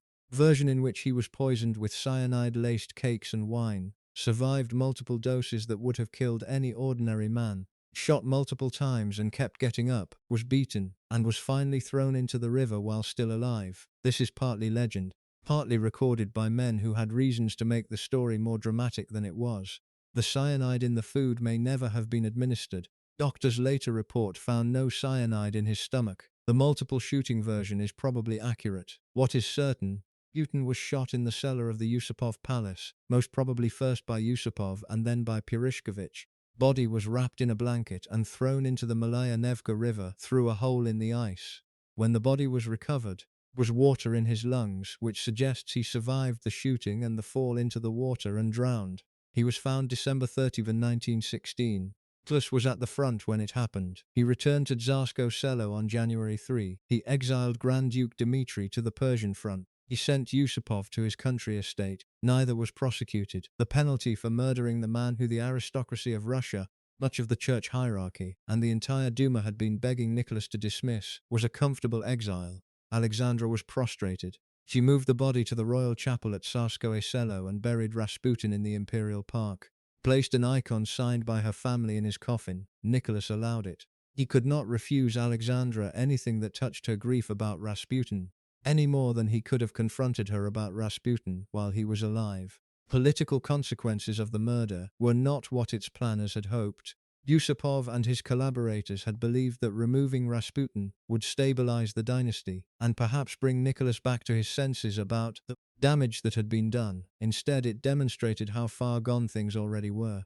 An aristocrat and a member of the Tsar's own family had committed murder in the capital and gone without serious punishment. Government that allowed this was not a government in command of anything. 2 months later, it was gone entirely. Revolution that took Nicholas's throne in February 1917 did not begin with an ideological uprising. It began with bread. Petrograd's bread supply had been disrupted by the combination of the war's drain on agricultural labor and the railway system's collapse under terror demands. By late February, bakeries were running short, and queues that had been long became lines that started before dawn and ended without bread. Women who had been managing households through 3 years of wartime shortages were running out of patience at approximately the same moment in approximately the same streets. On February 23, International Women's Day, coincidence, women in the Vyborg district went on strike and began marching. By February 25, 200,000 workers across the city were on strike. The marches were not organized by the revolutionary parties, who were as surprised as anyone by how fast things moved. Lenin was in Zurich, Trotsky was in New York. The Bolsheviks in Petrograd were a small, scattered group. The revolution of February 1917 was not made by professional revolutionaries, made by women who wanted bread and workers who were tired of everything. Nicholas was at the front. His diary for February 23 mentions a walk, some correspondence, and the weather, which was frosty but with sunshine. He was told, through channels that had a long tradition of softening bad news before it reached him, that there was some unrest in the capital. He ordered the military commander in Petrograd to restore order, which was the instruction of a man who thought he was dealing with something manageable. He was not dealing with something manageable. The troops who were supposed to restore order began fraternizing with the demonstrators. Instead, the Petrograd garrison had been filled, over 3 years of war, raw recruits who were not the professional soldiers of the pre-war army, and they were not willing to fire on people who were saying things the soldiers privately agreed with. On the 27th of February, the garrison mutinied. Nicholas received reports from General Kabalov, the commander of the Petrograd military district, that the situation required reinforcement. Nicholas sent back an order, restore order by tomorrow. The telegram that contained this order arrived with the quality of command that Nicholas always produce on paper and almost never follow through on in person. Kabalov had no reinforcements available. Troops he had were the garrison, which was not a professional army but a collection of raw recruits, convalescing soldiers, and men who had already been in one revolution, the 1905 version, and had learned from it what soldiers could do when they stopped following orders. February 26, some units fired on the crowds and some did not. The ones who did not were already a signal of what was coming. Volinsky Regiment, one of the oldest and most prestigious in the Russian army, mutinied on the morning of February 27. By the end of that day, most of the Petrograd garrison had either joined the revolution or ceased to function as a military force. Alexandra, who was at Tsarskoye Selo managing the quarantine of the children, who were ill with measles, sent her own telegram to the Tsar. She told him the unrest was being exaggerated, that troublemakers were leading people astray. The loyal people were praying for the Tsar and the family. She was wrong about almost every word of this, and she sent it in good faith. Duma sent telegrams to the front. Nicholas's generals sent telegrams. Everyone who could reach the Tsar was trying to reach the Tsar. Messages agreed the situation required immediate political concessions, a responsible ministry, a parliament with real powers, something concrete to show the people. Nicholas boarded the imperial train and headed for Petrograd. The train was stopped twice, stations where revolutionary soldiers had taken control of the railway. He redirected to Pskov, the headquarters of the Northern Front. In Pskov, General Russky met him without ceremony and without the usual courtesies. The general explained the situation. Nicholas asked questions and received answers that he described as very disagreeable. Telegrams arrived from his other generals. He read them. All said the same thing. Abdication was the only option remaining. Nicholas abdicated on March 15, 1917, in a railcar at Pskov, favor of his brother Michael. He had originally abdicated in favor of Alexei, but he was told that Alexei, as a hemophiliac, could not be separated from his parents without risking his life, and this Nicholas could not accept. He signed his son's name off the throne to protect his son. Michael, confronted the next day with the weight of what he had been handed, declined the crown and asked for a constituent assembly to decide Russia's future. 304 years of Romanov rule ended at a railway siding in the middle of the night. Nicholas's diary entry for that day included the formal record of what had happened, then added, "For the sake of Russia, keep the armies in the field, I decided to take this step." Then, at the end of the entry, left Pskov at 1 in the morning. All around me I see treason, cowardice, and deceit. The diary entry for the next day noted that he had slept well, taken a walk, read Julius Caesar. Princess Alice of Hesse, Alex's mother, was one of the more remarkable figures in the dense family web of Victorian royalty. Her specific qualities, her emotional directness, her willingness to do practical charitable work in an era when royal women were expected to wave rather than roll up their sleeves, shaped her daughter's formation in ways that Alex probably spent the rest of her life trying to replicate. Alice had grown up as one of Queen Victoria's more capable children, less constrained by ceremony than some of her siblings, more drawn to the particular kind of usefulness that involved actually being with people rather than presiding over them. She married Ludwig of Hesse and found herself in a small German ducal court where the social demands were considerable and the resources were limited. She managed the gap between obligation and means with the pragmatic ingenuity of a woman who had decided that character mattered more than display. She established a women's hospital in Darmstadt. She wrote to Florence Nightingale about nursing methods and received Nightingale's considerable opinions on the subject in return. She organized a system of nursing during the Franco-Prussian War of 1870 that was practically effective and recognized as such by the men it served. When she held her daughter close and told her that her little sister was dead, she was acting out of an emotional philosophy that believed grief was better confronted than managed around. Diphtheria that she caught from that embrace killed her. Alex was 6 years old. Logic of grief at 6 does not run through philosophical frameworks, it runs through the body. Safety that a mother represents is not a concept at 6, it is the central organizing fact of experience. That safety disappears without warning or preparation. The resulting anxiety has no language and no resolution. It simply becomes part of how the world works. What Alex made of this over the years of childhood that followed, years spent between Darmstadt and Balmoral and Windsor, raised by loving but preoccupied relatives, educated well and watched over by Queen Victoria with the particular intensity of a grandmother who felt she owed these children something, was a character that was profound but armored. She was not closed or cold, capable of deep attachment and sustained devotion, but the attachment came slowly, and the armor was not optional, it was structural, had been built out of necessity. The Russian court that received her in 1894 did not understand this, and did not try to understand it. It was one of the most consequential misreadings in the history of the dynasty. They saw reserve and they named it arrogance. They saw carefulness and they named it coldness. They saw a woman who was still learning the language and the customs of a vast new country and they named it indifference. The naming was wrong. The consequence was that Alexandra, who needed warmth and received judgment instead, drew further into the world she could control. Her family, her faith, her small circle of intimates. In that small circle she was genuinely warm. People who actually knew her, her ladies-in-waiting, the family tutor Gilead, children's nurse Margareta Egar, consistently describe a woman who was attentive and kind and capable of humor, and who maintained the demands. royal life alongside the demands of a mother with 5 children, and a chronically ill youngest child with a patience that the formal portrait does capture. She spent hours with each child individually. She read to them. She corresponded with them when they were separated. She sewed, prayed with them. She maintained routines for them, because routines were what held anxiety at bay, and she knew this from her own experience. Alexei's illness was, for the whole family, the defining fact of the household in a way that people who have never watched a child suffer through a chronic, potentially lethal illness may find hard to fully imagine. An episode of hemophilia in a child before the era of modern treatment was not a quiet medical management problem. It was a crisis that could appear without warning from any small injury or internal spontaneous bleed, progressed with a speed that outpaced the treatments available, and that produced pain severe enough that the child lost the ability to function, communicate for days at a time. Alexei was 11 when he had the episode at Spala in Poland in 1912.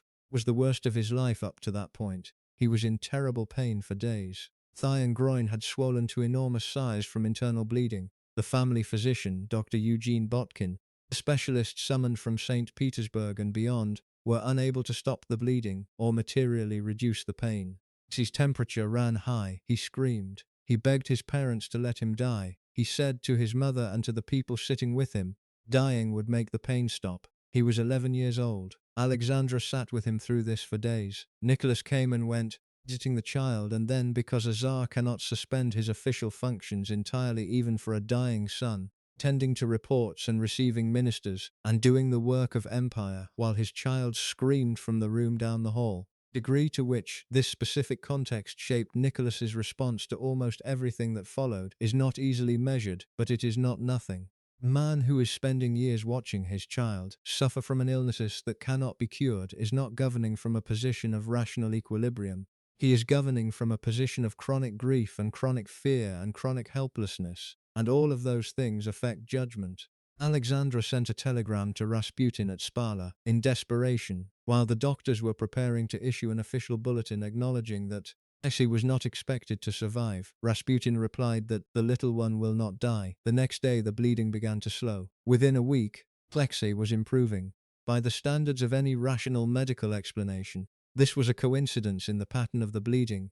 In hemophilia does not follow a predictable upward progression but ebbs and surges. Standards of a terrified mother who had just spent a week sitting with her dying child. It was a miracle. Agent of the miracle was the man who had somehow reached across the distance and stopped it.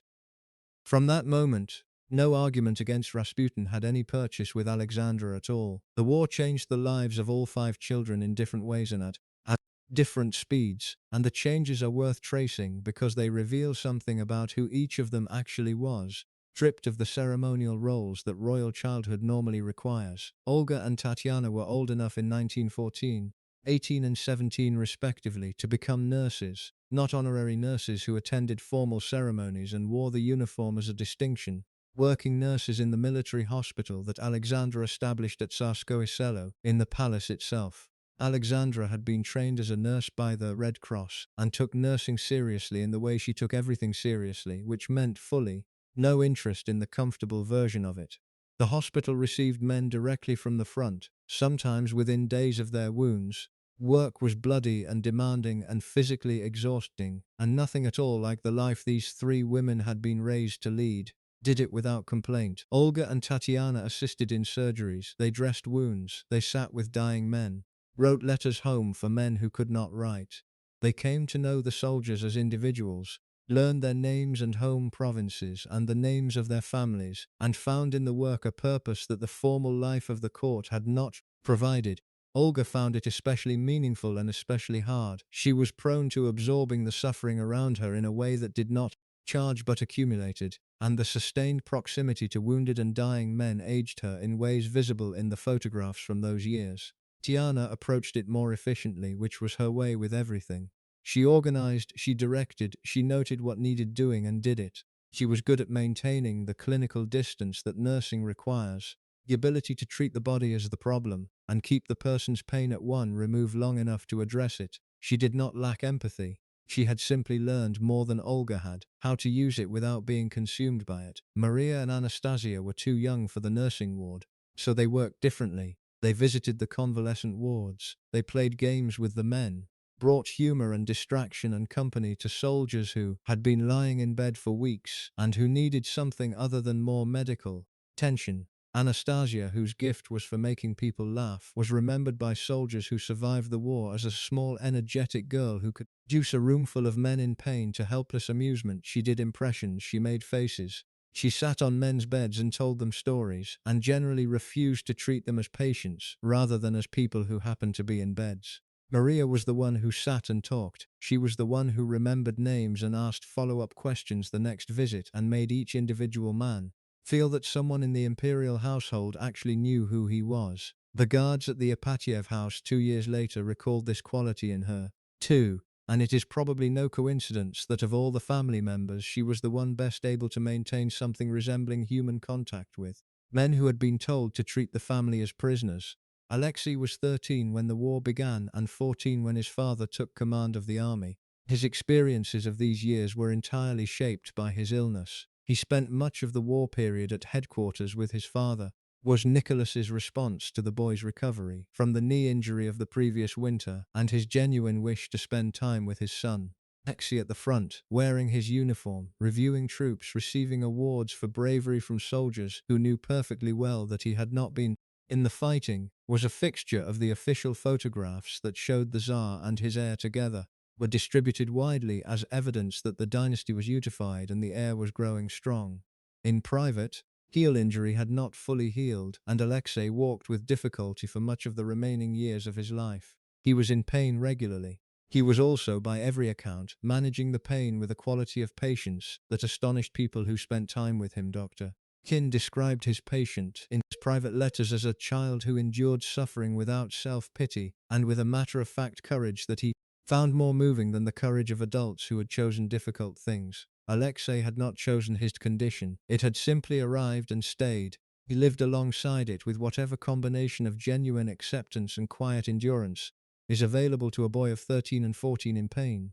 Pierre Gilliard, the Swiss tutor who had been teaching the children since 1905, is one of the most valuable witnesses to this family's private life, partly because he observed them closely for 13 years, and partly because he was an outsider, neither Russian nor aristocratic, man who had no court position to protect and no ideological stake in any interpretation of events. His memoirs, 13 Years at the Russian Court, published in 1921 and remain, for the small-scale personal details of the family's daily life, the most reliable record available. Gilead describes Nicholas in the family setting as a man who was transformed. The Tsar, who was described by ministers as distracted in meetings, unreachable through official channels, almost evasive in his responses to anything difficult. This same man was, according to Gilead, utterly present with his children. He played games with them on the floor. He chased them through the corridors. He wrestled with his son. He lay on the lawn in summer and let the younger children climb on him. He read to them, told them stories, conducted the informal history lessons that were the most accurate picture of his genuine intelligence. Because with his children he did not have to worry about appearing strong. With his children he did not perform, he was simply there. His capacity for sustained present engagement with people he loved, which was real and generous, could be fully expressed without the political consequences that it produced in any other setting. One of the persistent ironies of his story that the qualities Nicholas most clearly possessed, warmth, patience, genuine tenderness with people he was close to, were precisely the qualities that a constitutional monarch in a parliamentary system would have turned into political assets, and that a man with the same gifts in a different position might have used to build the human connections across classes and regions that would have mattered.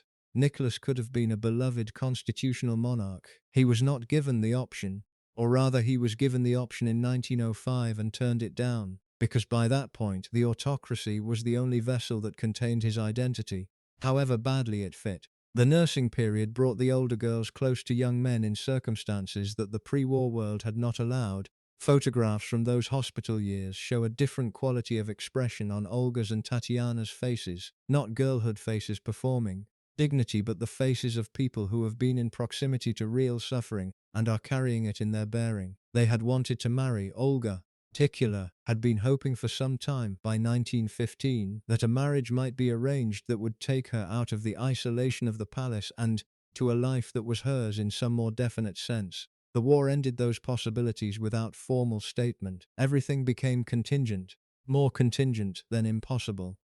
Tatiana, who was practical, accepted the foreclosing of those possibilities and redirected her energy into the work available. Olga, who felt things more, spent parts of 1915 and 1916 in what the family described as one of her dark moods, were longer and deeper than usual. She had her mother's tendency toward headaches and her mother's difficulty in public settings. She did not have her mother's absolute certainty about the divine order of things. In Alexandra's case, acted as a kind of staining conviction that made genuine suffering temporarily manageable. Olga did not have that flaw. What she had was her intelligence and her honesty, and the specific quality of warmth that made the wounded men she nursed feel genuinely cared for. Was enough to sustain her through the war, though barely. Maria and Anastasia, younger, did not yet understand the full weight of what was coming. They were 16 and 14 when the abdication happened, and 19 and 17 when they were killed. In the years between, they moved from the comfortable bewilderment of children who know something terrible has happened to the specific understanding of young women who have read their situation clearly and are choosing how to face it. What they chose to face it with, the Ipatiev House, was dignity without performance, warmth without sentimentality, and the maintenance of routines that kept the self intact. Last diary entry, reading Julius Caesar the morning after abdicating the Russian throne, is a detail that historians reach for frequently. It is worth thinking about why. Julius Caesar is a text about a man who overreached and was destroyed by the men around him. Nicholas may have chosen it consciously, as a private comparison. He may have reached for something he had read before in calmer times. Or it may have been random, and he simply happened to be in the middle of it. The diary does not say. For Nicholas to read Caesar the morning after he signed away 3 centuries of dynastic rule, then to write that he slept well, this is either the most profound stoicism or the most complete emotional compartmentalization in the modern historical record. Given everything we know about how he processed distress, the second explanation seems more probable. He felt things, processed them inward, he did not act on them, and then he went for a walk, or read a book, and wrote about the weather. Now, before we go any further into what happened after the abdication, and there is much more to go into, the house arrest, the months in Tobolsk, final weeks in Yekaterinburg, the children's lives, and what they were like and what was taken from them, please consider subscribing if you haven't already. A lot of these deep dive royal history videos take a serious amount of research and preparation. Your subscription directly supports that work. The notification bell will make sure you don't miss what comes next. 5 children of Nicholas and Alexandra are worth knowing individually, because the version of this story that reduces them to names in a list does a particular injustice to what was actually lost. Nikolaevna was born in November 1895, the eldest. She was, by the account of almost everyone who spent time around her, intellectually sharpest of the 4 daughters. She read widely, wrote poetry, played the piano well, felt things deeply enough that she was prone to bouts of depression or anxiety that those around her described as moods, meaning they recognized them but did not know how to address them. She was dishonest to a fault, in the way that perceptive people sometimes are, meaning she could see through performance and found it difficult to pretend she couldn't. Guards at the Ipatiev house made dirty jokes within earshot of the family. Olga and Tatiana were visibly appalled. Olga was 22 when she was shot. Tatiana Nikolaevna was born in June 1897, where Olga was the intellectual, Tatiana was the organizer, one who kept things running, who remembered appointments and managed logistics and maintained the household even in captivity with a practicality, did not announce itself as efficiency but simply got things done. She was considered the most beautiful of the 4 girls, tall and dark-haired. She knew how to be in a room without disappearing into it. She was 20 at the time of her death. Maria Nikolaevna was born in June 1899, 3rd daughter, and was called Mashka by her family. She was the most openly warm of the 4 girls, one most likely to make friends with whoever was nearest, including, at the Ipatiev house, the guards themselves. She had eyes that her family called Maria saucers because of their size, dark blue and very large, easy nature that sat alongside an unexpected steadiness when it was needed. One of the guards, Ivan Skorohodov, had prepared a birthday cake for her 19th birthday. The patrol took it away from him before he could deliver it. Maria was 19 when she died. Anastasia Nikolaevna was born in June 1901. She was the youngest daughter and the most mischievous. Family described her as the family comedian, the one who kept the atmosphere livable. She was small and energetic, and had a way of cutting through a tense room with a joke or a physical performance that made even the most rigid people smile. In later years of captivity, when the older sisters were nursing wounded soldiers with Alexandra in the military hospitals, Anastasia, too young for nursing duty, visited the wards separately, and was remembered by soldiers who survived the war as the girl who made them laugh even they had reasons not to. She was 17 in July 1918. Alexei Nikolaevich was born in August 1904, the long-awaited heir. His life was one of the most carefully constrained and most genuinely painful of any European royal child in the modern era.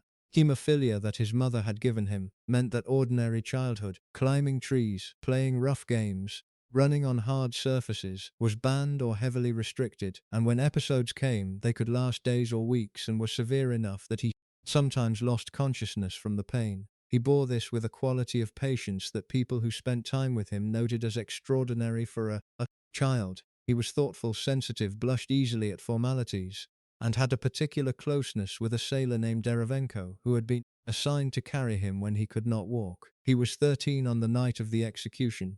These were the 5 people Nicholas's decisions put into that basement. Whatever else can be said about him, fact sits in the center of every assessment. Whatever he mismanaged, whatever opportunities he missed, whatever reforms he refused, 5 children paid for it with their lives. But the full portrait of this family requires going back to the mother's story, because Alexandra's character and history shaped the disaster at least as much as Nicholas's did, and in some ways her story is the sadder one. She did not lack intelligence or commitment. She lacked luck, context, and perhaps most fundamentally a clear-eyed advisor she would actually have listened to. And no one like that existed in her world at the right moment. Alexandra's childhood was in many ways the formation of someone who would spend her adult life looking for certainty in a world that refused to offer. She lost her mother at 6. She lost her younger sister Marie to diphtheria in the same epidemic that killed their mother. Family she grew up in after those losses, managed by Queen Victoria, influenced by the serious Protestant tradition of Hesse, watched over by relatives who were kind but had their own concerns, was stable and affectionate in its way, but it was a family shaped by grief. Queen Victoria's correspondence about Alex, as she was known before her conversion and renaming, is full of genuine warmth. Victoria spent a great deal of time with the Hesse grandchildren, and felt responsible for them. She wrote after Alex's conversion to Russian Orthodoxy that she hoped her granddaughter would find happiness in Russia, though she had concerns. She expressed those concerns directly. She wrote to Nicholas's mother, Empress Maria Feodorovna. She was uncertain whether Alex had the temperament for the Russian court. Victoria had watched enough of her descendants disappear into royal marriages that required constant performance to know what a quiet, inward, slightly anxious young woman was likely to find when she got there. She was right to worry. Conversion of Alex of Hesse to Russian Orthodoxy took place on October 21, 1894, at Livadia just before Alexander III died. The ceremony was brief by Orthodox standards and managed under the pressure of the surrounding grief. She was given a new name, Alexandra Feodorovna. Patronymic honored the Theodosian icon, one of the oldest in the Russian tradition, tied her symbolically into a line of devotion that stretched back centuries. The conversion meant to her personally is something she wrote about afterward, with an expressiveness she rarely brought to other subjects. She told a childhood friend that she had felt, during the ceremony, that something had found its proper form at last. It is the language of someone who has been looking for something for a long time, and recognized it when she encountered it. Orthodox tradition gave her the specific combination of aesthetic intensity, physical practice, theological weight that the Protestant background of Hesse had not. The liturgy was sung, not spoken. The incense was physical. Icons were present in a way that put something solid between the believer and her anxiety. She had been anxious since 6 years old. The Orthodox tradition had at its core a formalized relationship to suffering that her grief had always been seeking. She learned the prayers. She studied the theology with the serious application that characterized her approach to anything she took on. She learned Russian with an accent she never entirely lost, but with a devotion that produced a spoken language, eventually fluent enough for private prayer. In the later years of the reign, when her religious practices had moved far beyond the institutional into something more personal and searching, the attachment to orthodoxy was still the first and most durable layer. Her faith in Rasputin was built on top of her faith in God, instead of it, and when Rasputin was gone, the orthodox practice remained. Her religion was one of the things that made the Russian intelligentsia and the modernizing classes of Petrograd dismiss her as backward. Mystical faith in a peasant healer, the superstitions of an earlier Russia, icons in the corner of every room, none of this read as appropriate in a consort of a modern European monarch. They were right that it was not modern. They were wrong that it was nothing. Alexandra arrived in Russia during the official mourning for Alexander III and was married as noted, while the funeral candles were barely cold.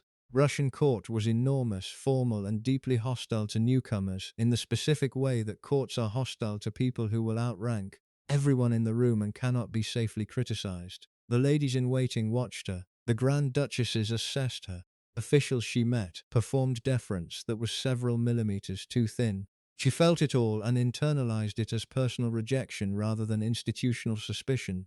She had no one to explain to her which one it was. She was shy, which they read as cold. She was religious, which they found excessive. German, which became actively dangerous when Germany and Russia went to war 20 years later. She was devoted to her husband to the point of dependency, which they interpreted as control. She was protective of her children to a degree that, given what the children were dealing with, seems entirely reasonable and yet was still somehow held against her. One relationship she developed in Russia that gave her what she needed: understanding, closeness, spiritual intensity, sense that someone genuinely saw her, was with Rasputin, and that relationship destroyed whatever remained of the Romanovs' public legitimacy. Is a category of tragedy that historians call overdetermined, meaning that so many factors were pointing toward a particular outcome that changing any one of them might not have prevented it. The fall of the Romanovs probably qualifies. Russia was changing faster than its political structures were changing, and the autocracy that Nicholas defended would have come under enormous pressure regardless of who was occupying the throne in 1894. A different, more capable Tsar might have managed the pressure differently. He might have found the balance between reform and stability that Stolypin was groping toward. He might have survived 1905 and 1914 with the dynasty intact. There is no way to know. Historians who write confidently about what a more capable Nicholas II would have done are, in the end, writing what they wish had happened more than what would actually have happened. What we can say with confidence is that the specific Nicholas who existed, with the specific weaknesses and gifts he carried, the worst possible version of almost every decision he faced. When he could have reformed, he didn't. When he could have led, he followed. He could have kept capable men, he dismissed them. When he could have confronted the Rasputin situation, he deferred to his wife. When he could have made constitutional reform genuine in 1905, he made it a pantomime. He could have stayed in Petrograd and managed the 1917 crisis from the capital. He was on a train going the wrong direction. None of this means he deserved to die in a basement, or that his children deserved to die with him. Conclusion would require a moral framework that most people on reflection do not actually hold. Children do not inherit the consequences of their parents' political failures in the manner that a firing squad represents. Means is that the connection between Nicholas's specific decisions and the deaths in that basement is not metaphorical, is reasonably direct. The decisions he made and the decisions he refused to make produced a political collapse that produced a revolution that produced a civil war, that produced a Bolshevik government that decided, summer of 1918, that a living former Tsar was too dangerous to leave alive. He was shot first. Nicholas Romanov died before any of his children saw what was happening, which may be the only mercy in the whole story. Understand the final months of the Romanov family's life. You have to understand what captivity actually meant for each of them, what it revealed about each of them in turn. After the abdication in March 1917, the family was placed under house arrest at Tsarskoye Selo, in the Alexander Palace, where they had lived and where the children had grown up. The provisional government had no clear plan for them. Alexander Kerensky, who led the government, visited Nicholas at Tsarskoye Selo and found him to be, as he later wrote, quite different from what he had expected. More human, more composed, more reasonable in conversation. Kerensky decided he would help the family leave Russia for England. King George V was Nicholas's first cousin. George had initially agreed to offer asylum. George then changed his mind. His private secretary, Lord Stamfordham, advised that offering refuge to the former Tsar during a period of British Labour unrest and anti-royal sentiment would be politically damaging. king withdrew the offer. He did not do this directly. The British government handled the diplomatic retreat with the kind of cabling that left plausible deniability intact on all sides. The family waited at Tsarskoye Selo while the diplomatic machine produced nothing. Nicholas accepted the house arrest with a patience that surprised people who saw him. He cleared snow. He dug the kitchen garden himself. He chopped wood, sometimes for hours, until the pile was impressive enough to draw comment. He went for walks within the permitted area with his children. He read. He taught the younger children history. He prayed. Diary during this period reveals very little distress. Either he had come to a private peace with his situation, or the diary's calm is itself a performance of composure, a habit of non-revelation so deeply set that even private notes could not break through it. People around him described was a man who was genuinely calmer in captivity than he had been as Tsar. If the removal of the burden had lifted something. This is psychologically plausible in a man who never wanted the burden in the first place. Alexandra was less composed. She clung to the routines of prayer. She wrote letters. She continued to believe, through the spring and summer of 1917, the provisional government would fail, and the people would restore her husband to power, because the people loved their Tsar, and the people knew no other way. She was wrong about this. People were mostly not thinking about the Tsar at all, having more immediate concerns. Alexandra's world had always been small enough that what happened outside its walls felt hypothetical to her. In August 1917, provisional government, which was by this point under serious pressure from the Bolsheviks on one side and the military on the other, decided to move the family out of Petrograd for their own security. The political temperature in the capital was too high. Having the former imperial family in a palace near the city was a complication no one needed. They were sent to Tobolsk in western Siberia. Choice was partly strategic, and partly a reflection of how little the provisional government had thought through what to do with them. Tobolsk was far away and cold and had no obvious political significance. The family arrived by train and by steamer in August, moved into the former governor's house, which was large enough for their purposes and staffed with the small group of loyal servants who had come. The Tobolsk months were, by the standards of what followed, relatively tolerable. The children were tutored. Alexei, health had improved somewhat in the relative calm of house arrest, was able to take walks in the walled courtyard. The girls sewed. Nicholas read extensively and gave lessons. There was a routine of sorts. Local Orthodox priest held services that the family attended with the genuine devotion that had characterized their religious life throughout. People in Tobolsk were on balance sympathetic to the family, or at least not hostile, in the way that people in provincial towns are sometimes at a remove from the political temperatures of distant capitals. Were small rebellions against captivity. Alexei, who was confined by the terms of the house arrest as strictly as the others, found ways to be a 13-year-old boy regardless, which sometimes meant the kind of accidental injury that sent Alexandra to her knees in prayer.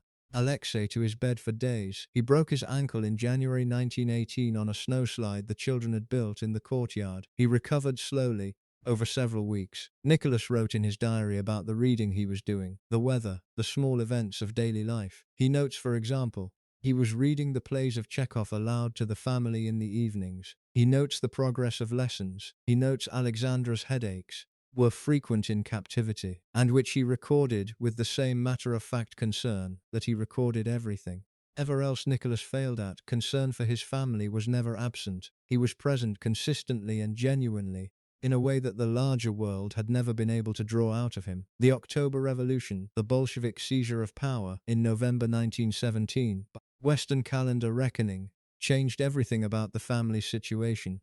Provisional government that had been managing their captivity ceased to exist. The Bolsheviks had no particular plan for the Romanovs either. They were not the provisional government's reluctance, and they were not Kerensky's complicated impulse to behave well toward a man he respected. Even as he kept him under guard, they were Bolsheviks, and the Romanovs were the symbolic center of everything they had come to power by overthrowing. Family was not moved immediately. The Bolshevik committees in Tobolsk operated with their own internal tensions and a degree of local autonomy the center did not yet fully control. The new local commissars were harder in their attitudes toward the family than the previous guards had. The allowances that had permitted various small comforts were reduced. The food improved slightly when local sympathizers smuggled things in, was scrutinized when the guards noticed what was happening. In April 1918, orders arrived to transfer the family to Yekaterinburg, a Bolshevik stronghold in the Urals. Nicholas, Alexandra and their daughter Maria were moved first.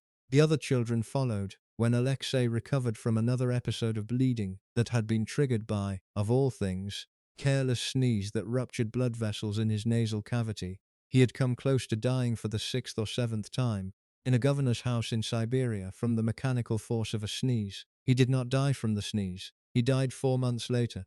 Yekaterinburg was not like Tobolsk. The guards assigned to the Ipatiev House, renamed the House of Special Purpose, tells you everything you need to know about how the Bolsheviks had moved from the previous arrangement, had been selected for their political reliability and their hostility to what the Romanovs represented. They were not professional soldiers. Some of them were factory workers and party members who had reasons to hate the Tsar's family that were personal and historical. Scratched graffiti on the walls. They made the girls run a gauntlet of comments when walking past. They drew obscene pictures in pencil.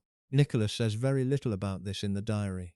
The accounts come from other sources. Windows of the family's rooms were painted over with lime, cutting off the light. The family could hear the city outside but not see it. Nicholas was allowed to exercise in the small yard for a period each day, walking in circles. Alexei's knee had been badly damaged in a sledding accident, and he could not walk at all for extended periods. He was carried by his father. White Army, which was the main anti-Bolshevik military force, was advancing on Yekaterinburg. By early July 1918, close enough that the Bolshevik authorities in the city could hear distant artillery. The Central Executive Committee in Moscow was consulted. Decision that came back is recorded in the meeting notes as approving the action of the Ural Regional Soviet. Is the bureaucratic language for kill them. Yakov Yurovsky arrived as the new commandant on July 4th. He organized the operation methodically. He rehearsed the sequence of events. He assigned specific victims to specific executioners so that the work would be efficient. He was standards of his mission and his ideology, professionally thorough. He later wrote his own account, changed in some details over the years, but the outline was consistent. On the evening of July 16, Yurovsky told the family there would be a change of location that night, for their safety. Father Ioan Storozhev came to the Ipatiev House on July 14, 1918, 2 days before the family was killed. He had been permitted to conduct religious services for them several times during their Yekaterinburg captivity. His account of the final visit is one of the more quietly specific documents from this period. He arrived with a deacon. Guards led them to the room where the family was waiting. Nicholas and Alexandra stood with the children. Service was the short litany for the peace, a brief Orthodox rite that Storozhev had conducted before at the house. Partway through, he noticed that the family was singing the responses in a way that struck him. He described it later as singing as if it were for the dead, not the precise liturgical description, the one that stayed with him because of something in the quality of the voices. Anastasia had not been singing. Storozhev noticed this during the service. She stood with her family, but did not join the singing, which was unusual for her. He did not make note of it to anyone at the time. He made note of it in his account written afterward, which means he remembered it in the way that people remember small things that become significant only in retrospect. At the end of the service, Nicholas thanked him. Storozhev described Nicholas's expression as one of calm that had something behind it, something he could not name precisely. He described it as the face of a man who knew. He did not suggest that Nicholas had been explicitly told what was coming. The evidence suggests that the family was not warned, but that something in the quality of that summer at the Ipatiev house had communicated itself without being spoken. Storozhev left the house. He never saw the family again. His testimony, preserved in White Army investigation files and later published, gives the final service its specific texture. The voices singing as if for the dead. Anastasia's silence, Nicholas's face at the door. Summer of 1914 deserves its own close accounting, because the decisions made in that brief period by governments across Europe, consequences that cannot be reversed by understanding them now, but deserve to be understood anyway. Russia's relationship to the 1914 crisis began with the Austro-Hungarian ultimatum to Serbia after the Sarajevo assassination. Serbia was a Slavic country, and Russia had spent decades positioning itself as the protector of Slavic peoples in the Balkans, partly from genuine ethnic solidarity and partly from strategic interest in the peninsula.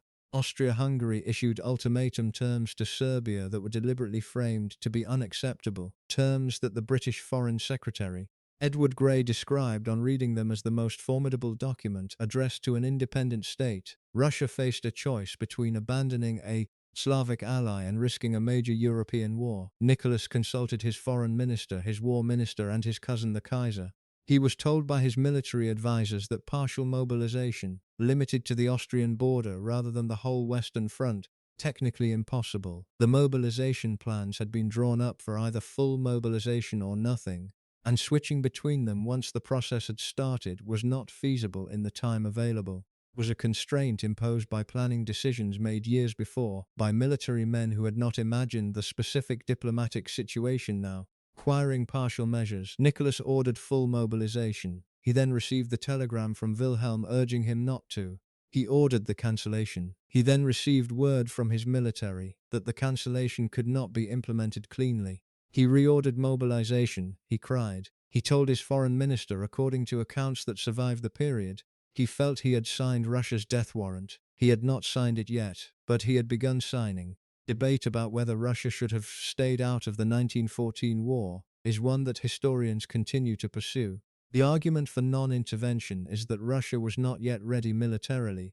Stolypin's reforms had not completed their economic transformation. The war exposed weaknesses that might have been addressed with another decade of peace.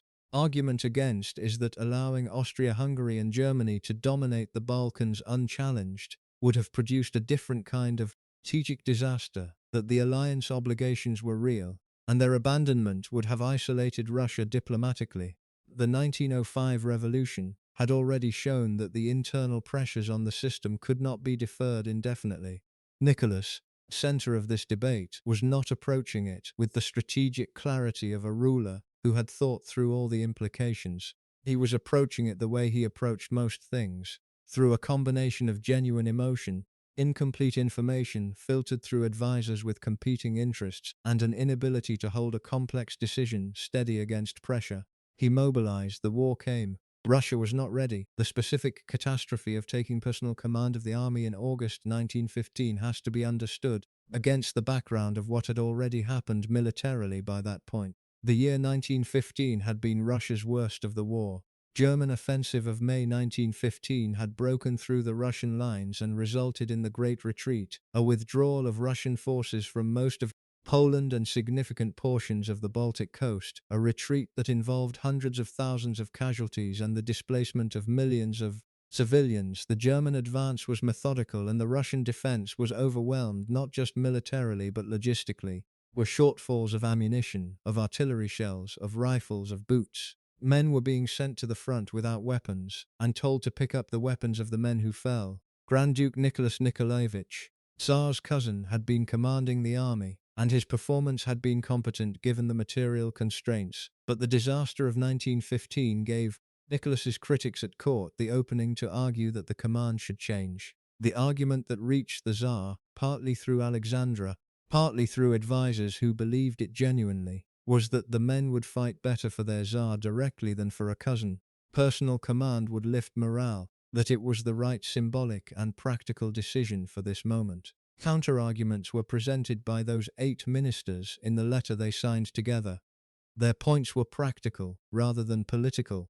The Tsar had no command experience at this level, that making himself responsible for military outcomes exposed the dynasty to blame for every subsequent failure, and that removing him from Petrograd would leave Alexandra effectively in charge of the civilian government at its most critical moment. The ministers were not being disloyal. They were describing what was about to happen with reasonable accuracy.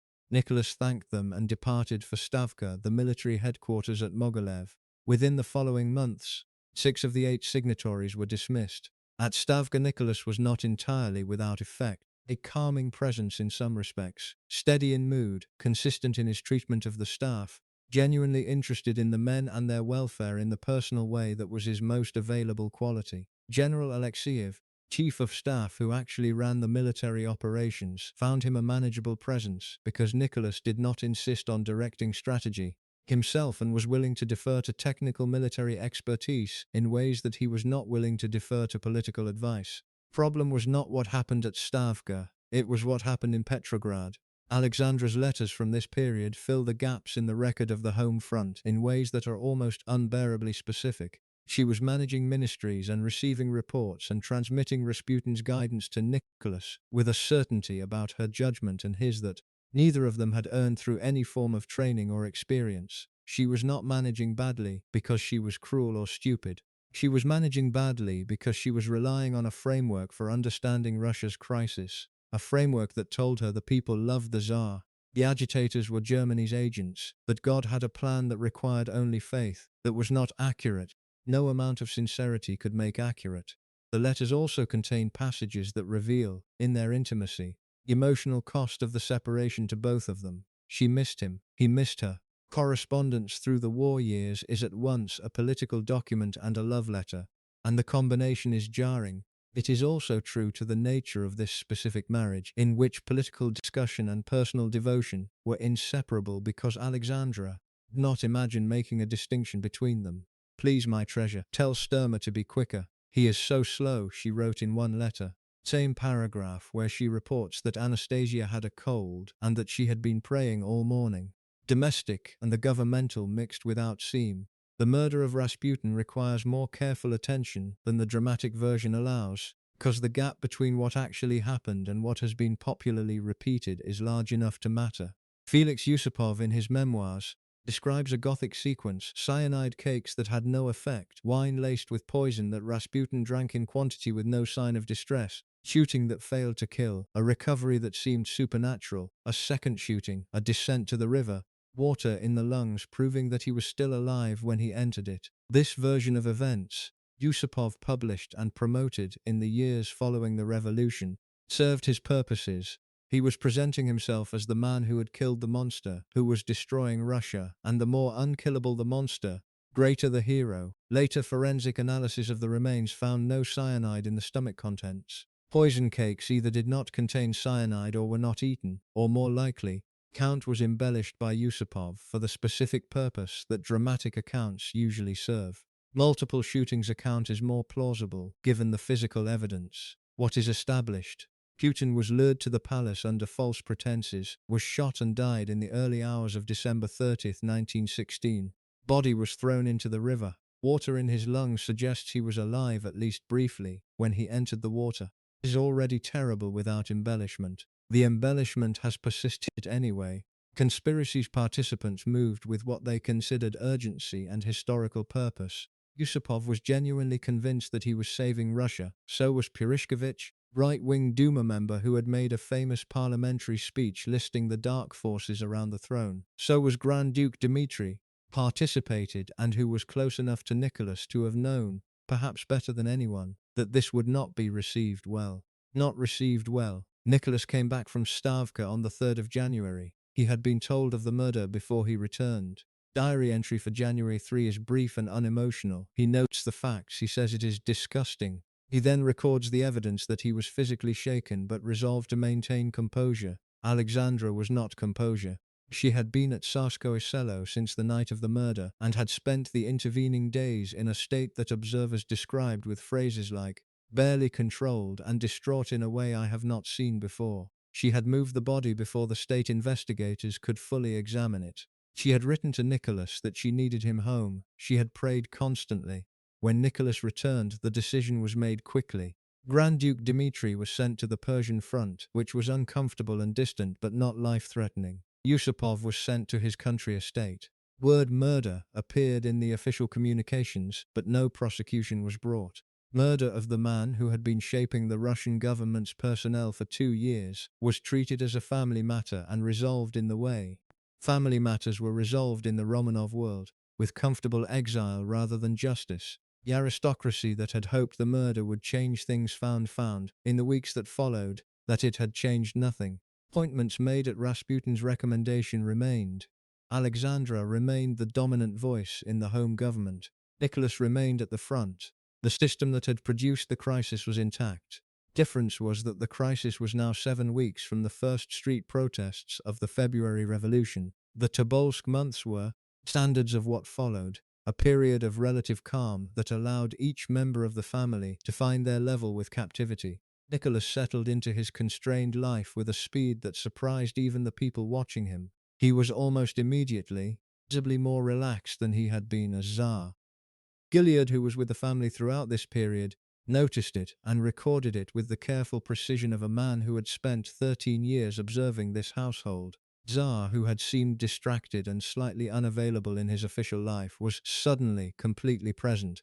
He was with his children from morning to evening. He conducted lessons. He supervised the snow clearing that the children had organized in the courtyard. He chopped wood, which he found deeply satisfying in the physical way that people who have spent years behind a desk often find physical, satisfying. He was also, in the Tobolsk period, reading with a sustained purpose that his years as Tsar had not really permitted. He worked through historical texts, Russian history, European history, the long contexts that he had always been interested in but had rarely had uninterrupted time to pursue. He read to the family in the evenings, Chekhov's plays, Russian poetry, history. Quality of attention these evening readings drew from his children suggests that the family's reading culture was real. This was not a performance for captive audiences but a genuine shared pleasure. The guards at Tobolsk were mixed in their attitudes. Earlier ones were relatively neutral, hired to watch rather than harm. The later ones, Bolshevik authority tightened its grip through the winter of 1917 to 1918, became harder. The food was reduced, the household budget was cut. Some of the freedoms of the earlier period, the ability to walk in the garden, to attend church services with some regularity, were restricted. Alexandra prayed through this period with an intensity that was her only stable framework. She wrote letters to people she had trusted. She wrote letters to Rasputin's daughter, who replied with the kind of consolation available to a person who had also lost someone and was also in a difficult situation. She maintained routines for the children. She organized their days. She was not psychologically equipped, temperament or training for the kind of improvised daily coping that captivity requires, but she had an iron will and employed against helplessness, kept her functional when flexibility was not available. Move to Yekaterinburg in April and May 1918 was accomplished in 2 stages because Alexei was ill, as described, produced a separation that was brief but difficult. Nicholas, Alexandra and Maria went first. Other 4 children followed when Alexei was stable enough to travel. 2 stages meant that Nicholas and Alexandra spent several weeks not knowing the precise condition of the children they had left in Tobolsk. Letters were exchanged imperfectly. The children were eventually moved and the family was reunited at the Ipatiev House. House was harder than anything they had experienced before. The guards were openly hostile rather than neutral. Family's access to the outdoors was reduced to short periods in a small walled yard. The food was adequate but not good. The windows were sealed. Graffiti on the walls, some of it obscene, some of it political, some of it in languages the family could read and some they could not, was an ambient presence that the guards saw no reason to clean. Nicholas's diary from the Ipatiev House period does not describe the graffiti or the guards' behavior at length. He writes around it. He notes the weather, which could be observed from the narrow crack of light at the top of a sealed window. He notes Alexei's condition. He notes what was read at prayers. He notes briefly when an excursion to the yard was allowed. The girls' accounts, preserved in fragments through letters and in the recollections of people who knew them, are slightly more revealing. Olga was withdrawn and spent more time in private prayer and reading. Tatiana organized whatever could be organized, the household tasks. Captivity still required the schedule of lessons for Alexei. Maria talked to the guards and continued the practice from earlier captivities, giving small handmade things to people who showed ordinary human decency. Anastasia wrote letters, made jokes. At 17 was fighting not to let the situation take the 17-year-old away from her. Letters the children wrote during their captivity are among the more heartbreaking documents to survive this period. They survive only partially, since many were confiscated and some were destroyed. Remains give specific color to the lives that general accounts tend to flatten into abstractions. Maria wrote to a friend in the summer of 1917 from Tobolsk, describing the garden they were cultivating. Large vegetable plot that Nicholas had organized with the energy he brought to physical work, and the progress of the tomatoes. The letter is so ordinary in its domestic specificity, the tomatoes, the weather, household schedule, that the context of armed captivity and uncertain future is almost invisible in the writing, which was probably deliberate. Girls had been trained from childhood to present whatever face was required by the audience. For a friend, Face was cheerful and specific about tomatoes. Anastasia's letters are more difficult to find and more fragmentary. The ones that exist maintain the comic register that she apparently kept through most of the captivity. She describes incidents, usually slightly absurd ones, with the timing of someone who has always used humor as a tool for managing distance from uncomfortable facts. The letter from the Ipatiev House period is almost entirely cheerful, but the date at the top is May 1918, which means she was writing it 2 months before she died, in a house whose windows had been painted over. Olga's surviving letters are fewer in number and more inward. She wrote to a childhood friend expressing a wish to be somewhere open, somewhere she could see the sky without constraint. The letter is brief, and was clearly written in one of her darker periods. Specific quality of Ipatiev House captivity, enclosed, surveilled, deliberately demeaning, was pressing against the resources she had available to manage it. Tatiana wrote to a former teacher with requests for books, specific titles she wanted to continue studying, which is the most distinctively Tatiana thing about any of the surviving letters. Even in the Ipatiev house, she was trying to continue her education, to maintain the directed, purposeful activity that had always been her way of managing whatever the situation required. Alexei's letters from captivity are very few and tend to be brief. His physical condition in the later months was difficult enough that extended writing was sometimes not possible. He wrote to his tutor Gilead in Tobolsk, expressing pleasure that his lessons were continuing and asking about they had been studying.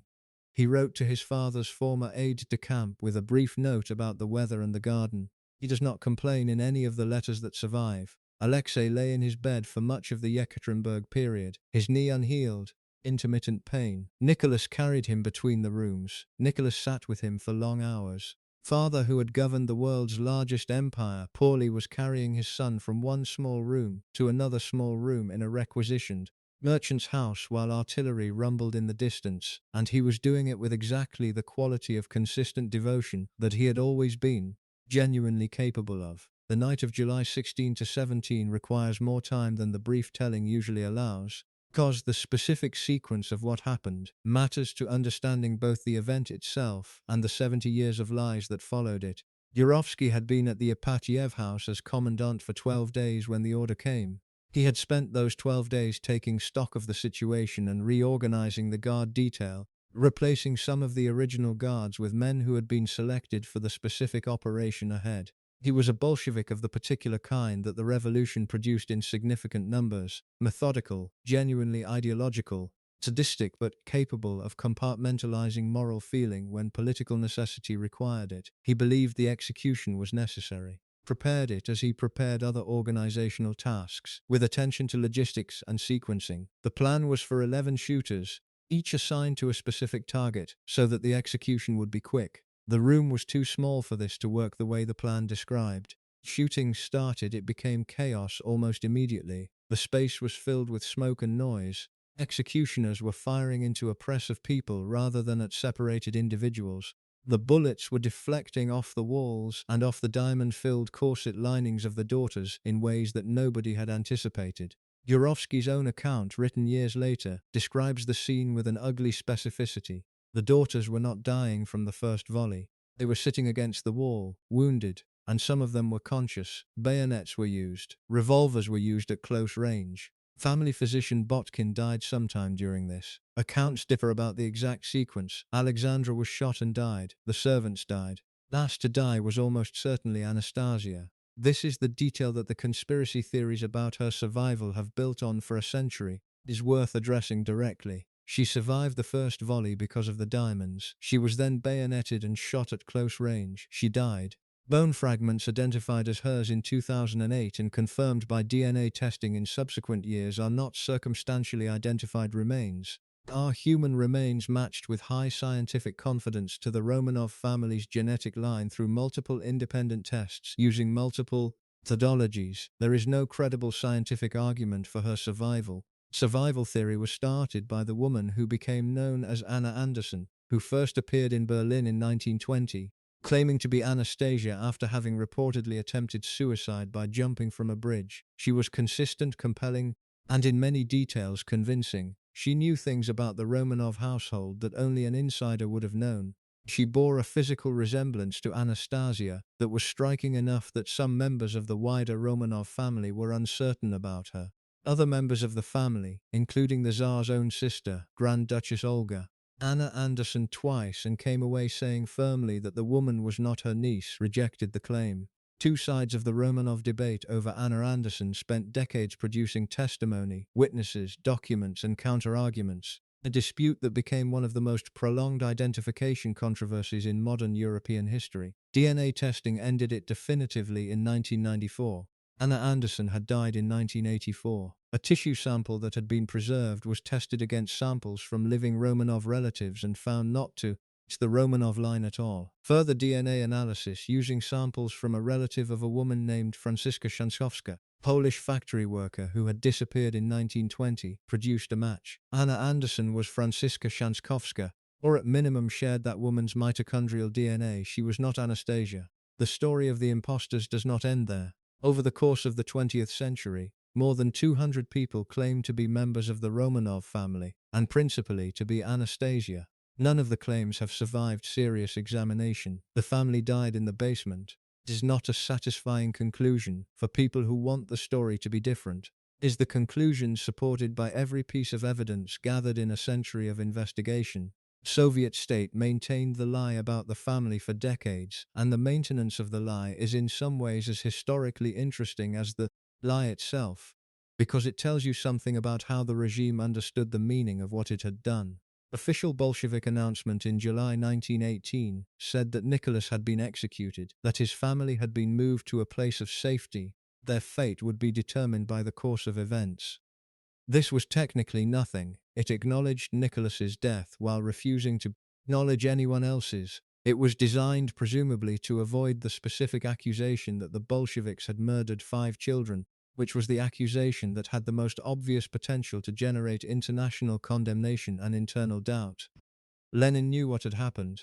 He had authorized it, or at minimum had not prevented it. The Ural Regional Soviet that issued the execution order was operating within the Bolshevik authority structure, and the documentary evidence from 1990's declassification confirms that the Central Executive Committee was consulted and that Moscow's approval was recorded. The claim that the order came entirely from the Regional Soviet, without reference to Moscow, is difficult to sustain against the documents. The particular cruelty of the deception was what it did to the Empress Maria Feodorovna, Nicholas's mother, who outlived her son by 10 years and refused throughout those years to accept his death. She had the letter of condolence from King George V, who knew what had happened through his intelligence services. She had the testimony of people who had been in Russia and had seen the White Army investigation's findings. She had, in short, everything a person needs to know something they do not want to know. She chose not to know it. Or she chose to maintain the posture of not knowing, which is a different thing and possibly a more dignified one. Because the acknowledgement of Nicholas's death was the acknowledgement of Alexei's death and Olga's death and Tatiana's death and Maria's death and Anastasia's death, and a woman who had already lost her husband and her empire and her home country could not add all of that in one act of acceptance without something breaking. She attended a service of requiem for the family after her death. Family gave it her in the last years of her life, but she never said in public that she believed they were gone. She died in Denmark in 1928. 2006, her remains were brought from Denmark to the Peter and Paul Cathedral in St. Petersburg and interred beside the husband she had watched die and the son she had outlived. The reunion was ceremonial and posthumous and symbolic, which are the only terms available to history when the other terms have all been exhausted. Broader question of what the Romanov execution meant to the course of Russian and Soviet history is one that every serious historian of the period eventually confronts, and the answers are not simple. The most direct argument is that the execution was a deliberate act of political warfare, killing not just Nicholas but his children and the people who served them. Bolsheviks were destroying any possibility of a future monarchist restoration. As long as even one Romanov of the direct line survived, was a legitimate focal point for counter-revolutionary politics. The execution eliminated that focal point. Argument has the advantage of explaining why the family was killed at this specific moment, when the White Army was close enough to Yekaterinburg that a rescue was genuinely possible, rather than earlier. The execution did not prevent the civil war that continued until 1921. did not prevent the survival of the broader Romanov family in exile. There were dozens of Romanov cousins and extended relatives scattered across Europe who continued to make claims and counterclaims about succession for decades. Did remove the immediate family of the last Tsar from any possible symbolic role in a restored monarchy. In that specific and limited tactical sense it worked. What it did to the longer-term politics of Russia is harder to assess. The Soviet state built its legitimacy partly on the claim that it had liberated the Russian people from the Romanov tyranny. The execution of Nicholas was theoretically part of that narrative, but the execution of 5 children, 2 of whom were teenagers, complicated the narrative in ways the Soviet state managed by suppressing discussion of it for 70 years. It was not celebrated, not examined. It was kept in a bureaucratic drawer under a label that said handled, and retrieved only after the Soviet Union had dissolved, and Russia was trying to figure out what to do with its own history. Boris Yeltsin's attendance at the 1998 state funeral was the moment at which the Russian state officially changed its position on the Romanov execution from handle to crime. He did not use the word crime in his speech. He spoke of tragedy, of a dark page, of the need for reconciliation and repentance. The emotional import was clear, even if the legal language was not deployed. A Russian president stood before a coffin in the Peter and Paul Cathedral and said, in as many words as he could without using the specific ones, that the Soviet state had murdered these people, and that Russia was sorry. 79 years late, it was something. The Russian Orthodox Church's decision to canonize the family in 2000 produced a significant amount of commentary and disagreement outside Russia, some of it from historians who were uncomfortable with the theological upgrading of a man whose governance had directly contributed to the suffering of millions of people, some of it from Russian Orthodox believers who thought the canonization was appropriate and overdue. The category of passion bearer, which the Moscow Patriarchate used rather than martyr, is theologically careful in a way that the critics sometimes miss. A martyr, Orthodox understanding, dies specifically for the faith, is given the choice to renounce Christianity and refuses and dies for the refusal. Romanovs were not given that choice. They were killed for political reasons by a regime that was anti-religious but that executed them for who were, not for what they believed. The Passion Bearer designation recognizes that they died with Christian submission.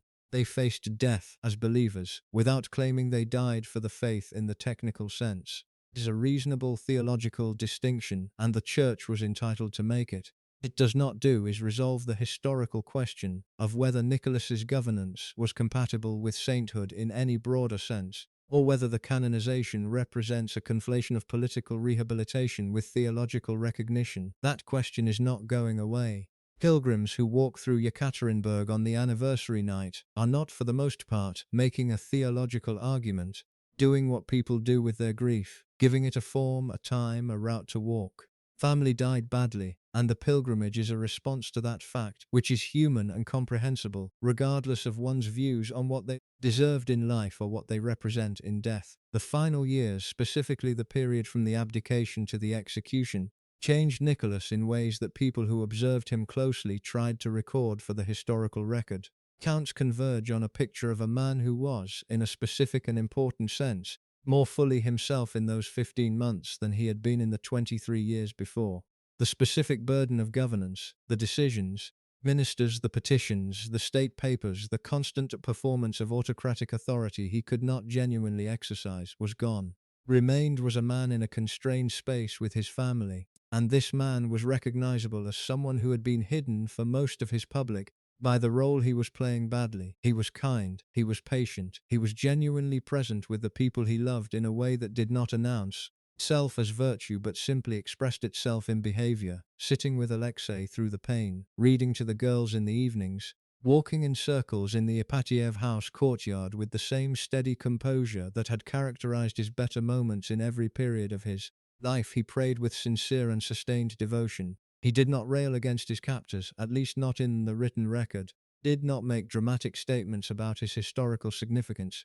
He said to Gilead that he had perhaps expected too much of Russia, is not the statement of an arrogant man, but of a man who has had time to think and has arrived at some honest if incomplete self-assessment.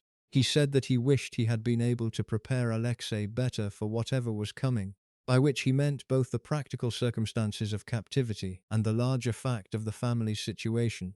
He said that he was grateful for what he had been given, meaning the family, the faith, private life that had always been more real to him than the public one. These are not the statements of a man who has found a comprehensive accounting for his failures. They are the statements of a man who has found a limited peace in the time and space available to him. Limited peace is not nothing. It is specific circumstances, probably the most that was available. Alexei Nikolaevich Romanov, the heir to 3 centuries of dynasty, buried with his family in the Peter and Paul Cathedral in 1998.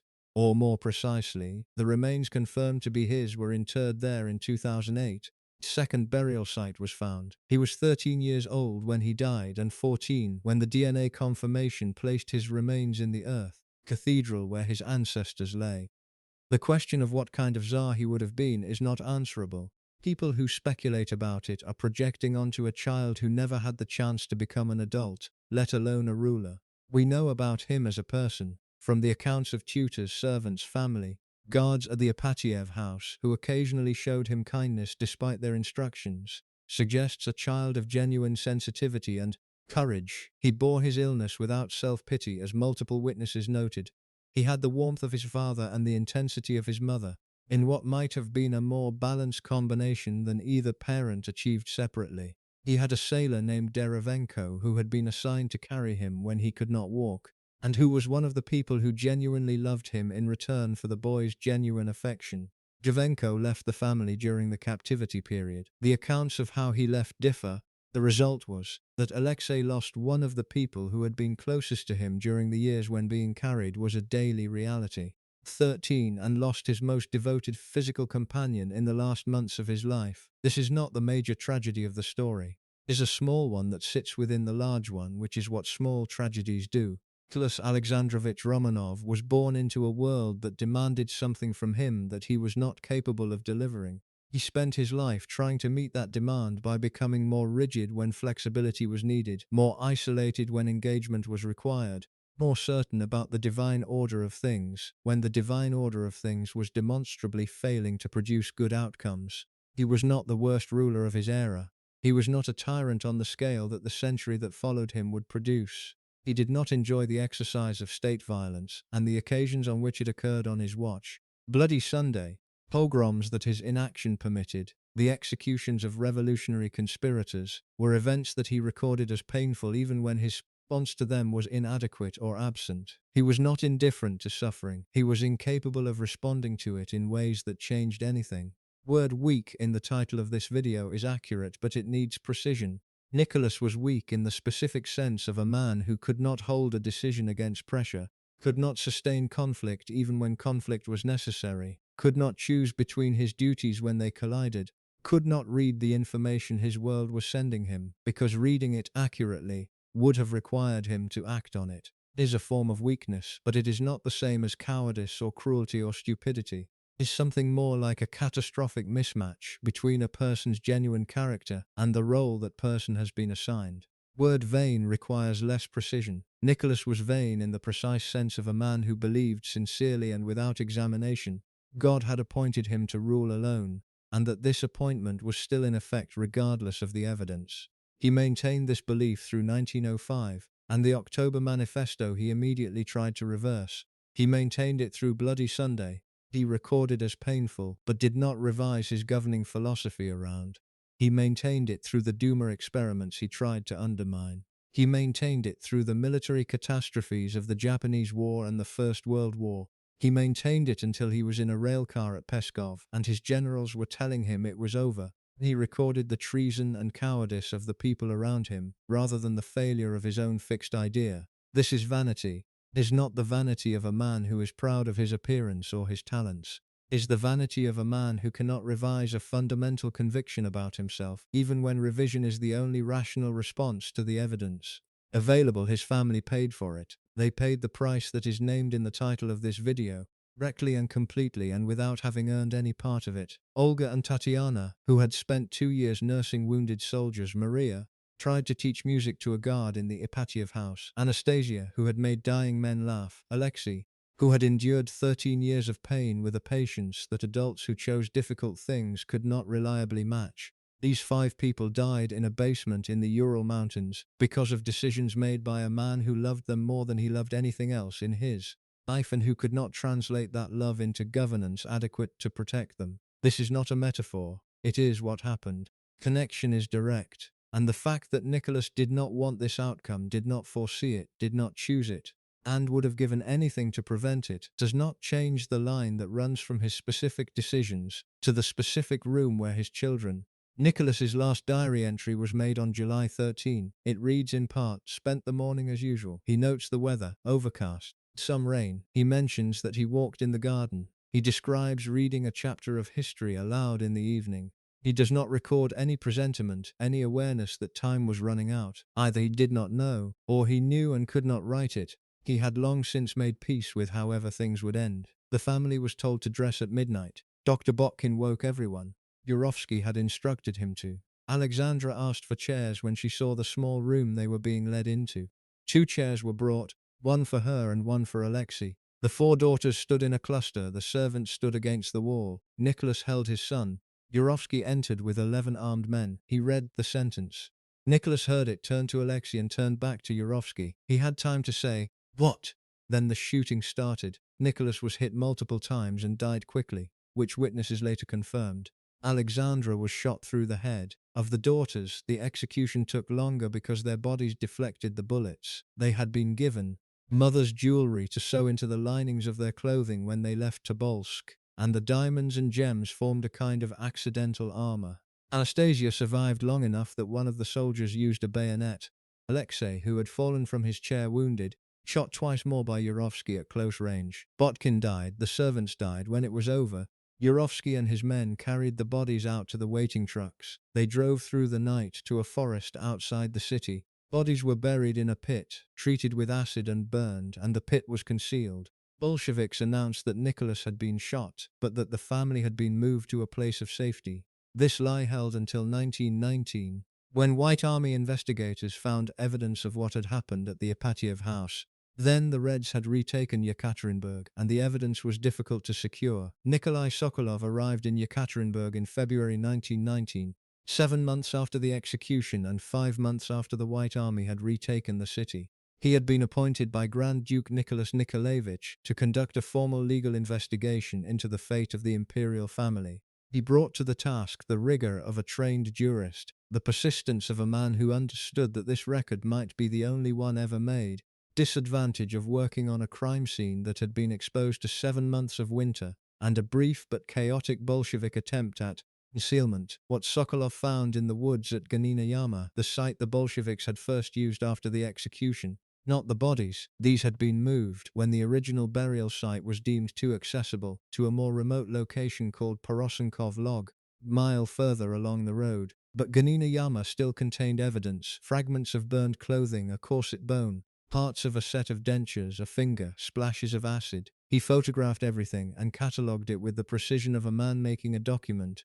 a history rather than for an immediate prosecution, since the Bolsheviks were now firmly in control of most of Russia, and any prosecution was a long way off. He interviewed every witness he could find, guards who had fled when the White Army advanced, local people who had heard or seen things, families of the servants who had died with the Romanovs.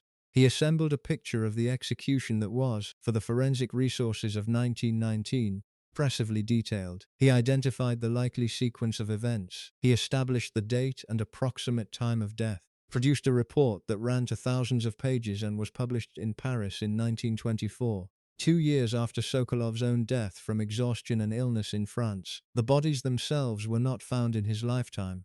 Porosenkov Log held its secret for 57 more years, when amateur historians Jelly Ryabov and Alexander Avdanin discovered and reburied the remains in 1979, then disclosed the location in 1989. They were working from a map hidden in Yurovsky's memoirs and confirmed by Sokolov's earlier investigation. The investigator had been right about nearly everything except the location. He had died not knowing he had been right. Official Soviet position for the next 70 years was that the family's fate was uncertain. This was not uncertainty.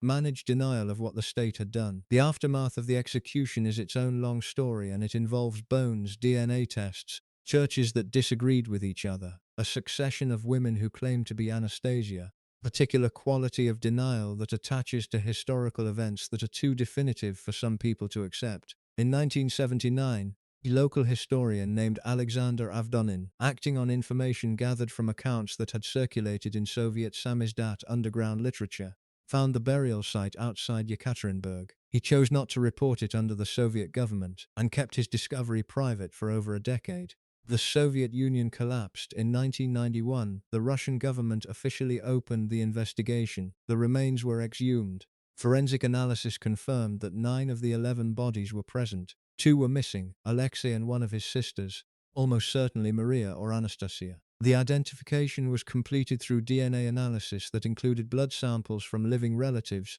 among them Prince Philip, Duke of Edinburgh, who was a grandnephew of Alexandra, and whose mitochondrial DNA matched that of the imperial family's female line. The question of which 2 were missing was not resolved until 2007. Searchers found a second burial site a short distance from the first, containing charred bone fragments that DNA testing subsequently confirmed belonged to Alexei and one of his sisters. Tests in 2008 and 2009 confirmed Alexei and Maria. The family was, for the first time in 90 years, fully accounted for.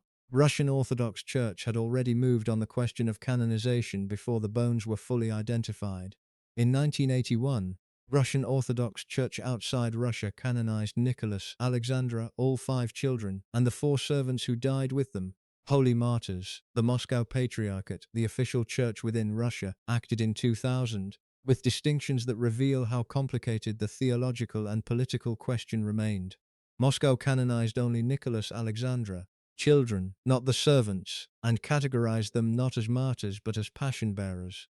Lesser designation reserved for those who accepted death with Christian resignation, rather than dying in direct witness to the faith. The servants were excluded because 2 of them were not Orthodox.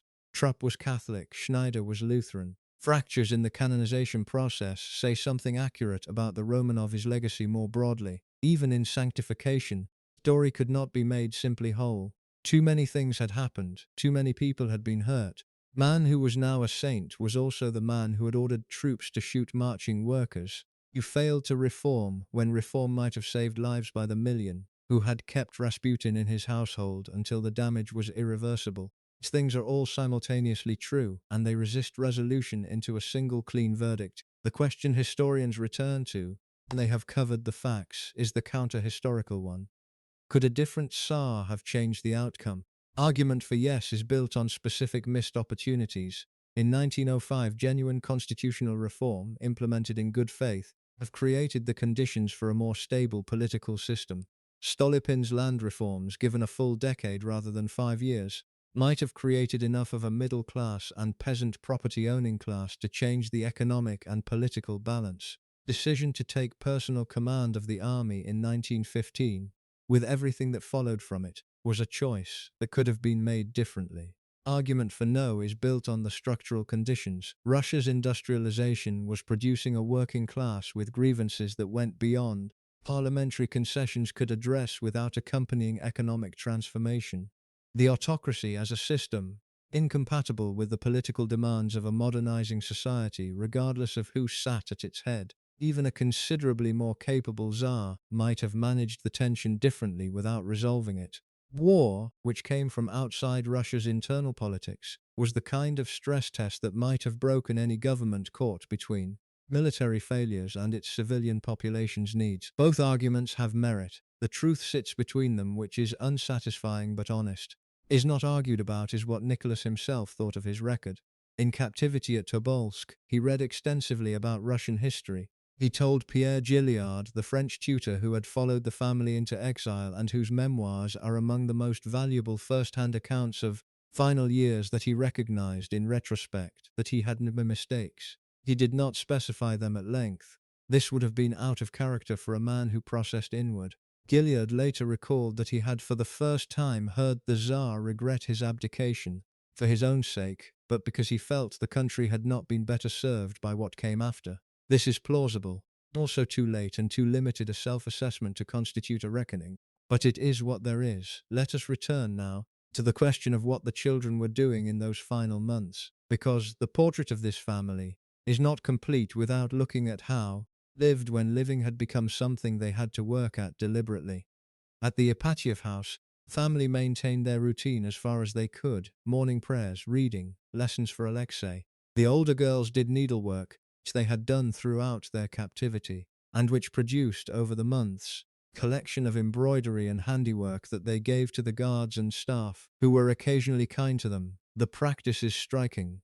These women were in captivity at the hands of a regime that was going to kill them, were giving handmade presents to the people guarding them. This was not stupidity, it was human adaptation.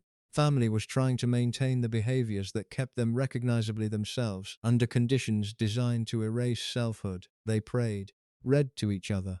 They made things with their hands. Nicholas stayed cheerful around the children, in the way that a father who cannot fix the situation can at least try not to make it worse with his own distress. One of the guards, a young Bolshevik named Ivan Skorohodov, taken enough of a liking to Maria that he prepared a birthday cake for her 19th birthday in June 1918. Patrol discovered it before he could deliver it and confiscated it. He was later dismissed from the guard detail for inappropriate familiarity. Prisoners. The incident is the kind of detail that does not fit cleanly into any version of the story. The regime was killing this family. One of its agents was making birthday cakes for a 19-year-old. The guard's feeling was real. The cake was real. The confiscation was also real.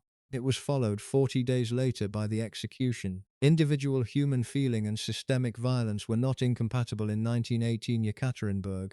Coexistence of both is part of what makes the Ipatiev House period so difficult to reduce to the clean ideological terms in which the Bolsheviks themselves described it.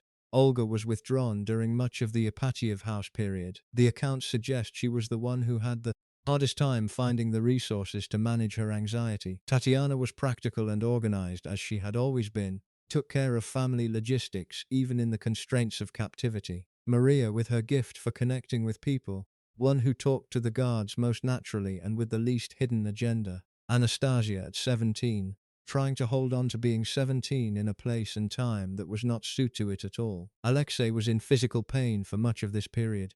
Knee had not healed properly, and the conditions of the house, the confined space, the inability to exercise, were not helping. He lay in his bed or was carried by his father, and what Nicholas did during the Yekaterinburg weeks more than anything else was sit with his son and carry his son and be present for his son in the way that his public life had so often prevented him from being present for anyone. Is the private Nicholas, the one the historical record captures only in fragments. It is important because it is the real person behind the failed ruler. He was a devoted father. He was kind, present in the way that mattered when his family needed him. He had simply been, for 23 years, in the wrong position at the worst possible time with the wrong formation for the job. The servants who died with the family deserve a few words, because the standard telling often reduces them to footnotes. Eugene Botkin was the family physician. He had been one of several court doctors. When the family was placed under arrest, he made a choice that his colleagues did not make. He went with them. He was not required to. He was not imprisoned. He chose to continue caring for the family and particularly for Alexei, whose medical needs were constant. He wrote a letter on the night of the execution that was found unfinished. It was addressed to his brother. In it he expressed the certainty that he would not see his brother again, and the acceptance of what was coming. Called it the duty he had taken on and could not leave. Anna Demidova was Alexandra's maid. She had served the Empress for years and refused to leave. She was 33 when she died. Ivan Karatanov was the family cook, 50 years old, who had been with the household through the whole captivity period. He cooked whatever food was provided under conditions that progressively worsened, for a family whose tastes he knew well and whose spirits he was trying, in the limited way available to a cook, to support.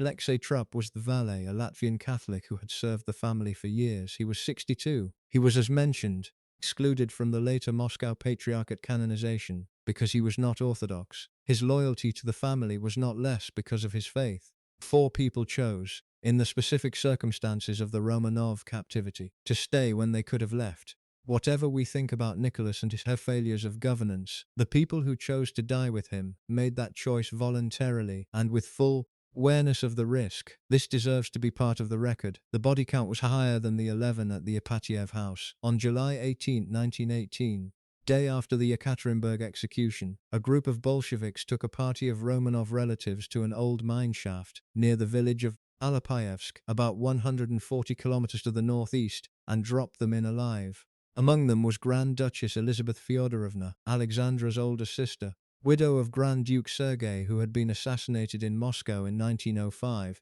a woman who had spent the years since her husband's murder running a convent that provided medical care to the poor, woman the Russian Orthodox Church would later canonize as a saint for her compassionate life and her manner of death. She was 52. She survived the fall into the mineshaft. Her executioners dropped grenades down after the sound of hymn singing came up from the bottom. Others who died at Ipatiev included Grand Duke Sergei Mikhailovich, who had been close to Nicholas, 3 princes of the Konstantinovich line, and Vladimir Paley, a 21-year-old poet who had written verses that his contemporaries considered promising. None of them were close to the political center of events, killed because they were Romanovs, and Romanovs were dangerous symbols in the summer of 1918. Then in January 1919, 4 more Grand Dukes, Paul Alexandrovich, Dmitry Konstantinovich, Nikolai Mikhailovich, George Mikhailovich, were executed in the Peter and Paul fortress in Petrograd. Maxim Gorky, one of Russia's most celebrated writers and a man who had genuine standing with Lenin, personally appealed for their lives. Lenin initially seemed to agree. He then signed the death warrants. The Empress Maria Feodorovna, Nicholas's mother, escaped on a British warship in April 1919 and lived until 1928 in Denmark, never publicly accepting that her son and his family were dead. She attended memorials for them but refused formal confirmation of the deaths. Some combination of personal denial and strategic choice, the choice of a woman who had navigated the Russian court for decades and knew that admitting certain facts could close doors that might otherwise stay open. She died without speaking of it clearly. Bones found in 1991 were kept in state archives while the political and theological arguments played out. Russian Orthodox Church raised questions about the authenticity of the DNA evidence. This seems extraordinary, given the quality of the forensic work and the double verification through multiple living relatives including Prince Philip. The Church had theological reasons for wanting complete certainty and political reasons for proceeding carefully. State funeral was held in St. Petersburg in July 1998, 80 years after the killings. Remains were interred at the Peter and Paul Cathedral, where the Romanov Tsars had been buried for centuries. President Boris Yeltsin attended. Ceremony was both a funeral and a public acknowledgement that the Soviet state had committed a crime. Russian government did not use the word crime officially, but attendance at the ceremony said it anyway. The Church's canonization came in 2000, transformed Nicholas and Alexandra and their children from historical figures into saints of the Orthodox tradition, specifically into passion bearers, those who endured death with Christian submission. Is a genuine Orthodox category with genuine theological meaning, and the canonization was widely supported. Also provoked criticism from historians who pointed out that sanctifying Nicholas required a very selective reading of his record. The workers killed on Bloody Sunday had not yet been canonized as anyone's anything. The Ipatiev House itself was demolished in 1977, order of the local Communist Party secretary. His name was Boris Yeltsin. He later described ordering the demolition as one of the acts he most regretted. On the site, in 2003, Church on the Blood was consecrated, a large cathedral that has become a pilgrimage site and one of the major landmarks of modern Yekaterinburg. Every year on the night of July 16 to 17, a candlelit procession walks through Yekaterinburg to the church. People carry portraits of the family. Prayers are said. By some reckonings, tens of thousands of people participate in the larger commemorations around this date. Family that Nicholas's governance helped destroy has become, in the century since their deaths, one of the most written about, filmed, painted, venerated and debated families in Russian history. This is not exactly a resolution, but it is something. It is a section of this story that the standard telling handles too quickly, and it concerns what Alexei's life, specifically, tells us about the catastrophe. When she arrived in Russia in 1894, she was 22 years old. She had been formed by loss and by an intense religious life and by the particular discipline of a woman who knew she would eventually carry enormous public weight and had been told more or less since childhood to hold herself carefully. Queen Victoria loved her. Her German family loved her. Nicholas loved her with a completeness that she found both overwhelming and necessary, because the love she had received before was always interrupted by death. She converted to Orthodoxy with full conviction. She learned Russian. She worked at becoming what Russia needed her to be, and she did this with the same seriousness she applied to everything. Problem was that what she thought Russia needed from her was not what Russia actually needed from her. She thought Russia needed an empress who reinforced the autocracy, who turned away the reformers, trusted the mystical and distrusted the rational, who told her husband to be stronger than he was capable of being. She was wrong on every count. She was wrong in ways that she could not perceive because the world she had been given to see Russia through, a world filtered through palace, walls and Rasputin's spiritual language, and her own deep religious conviction, did not contain the information that would have corrected her. She was not stupid, she was isolated. There is a difference, and it matters to how we understand her. Letters she wrote to Nicholas during the war years have been published and studied extensively, and they are remarkable documents. Are full of love and anxiety and political instruction, and the political instruction consistently pushes in the direction of autocracy. Firmness, Rasputin's advice. She writes with a certainty that is chilling in retrospect because we know what happened. That made sense to someone who genuinely believed that God had appointed her husband to rule alone, and that the people who were asking for reform, enemies of both the dynasty and God's plan. Don't listen to anyone, she wrote to him. Be firm. Show your autocratic power. Remember you are the Tsar. He remembered. The problem was that remembering you are the Tsar does not actually produce the qualities a Tsar needs, in the same way that telling someone to be taller does not increase their height. Nicholas received these letters at military headquarters and wrote back with equal devotion.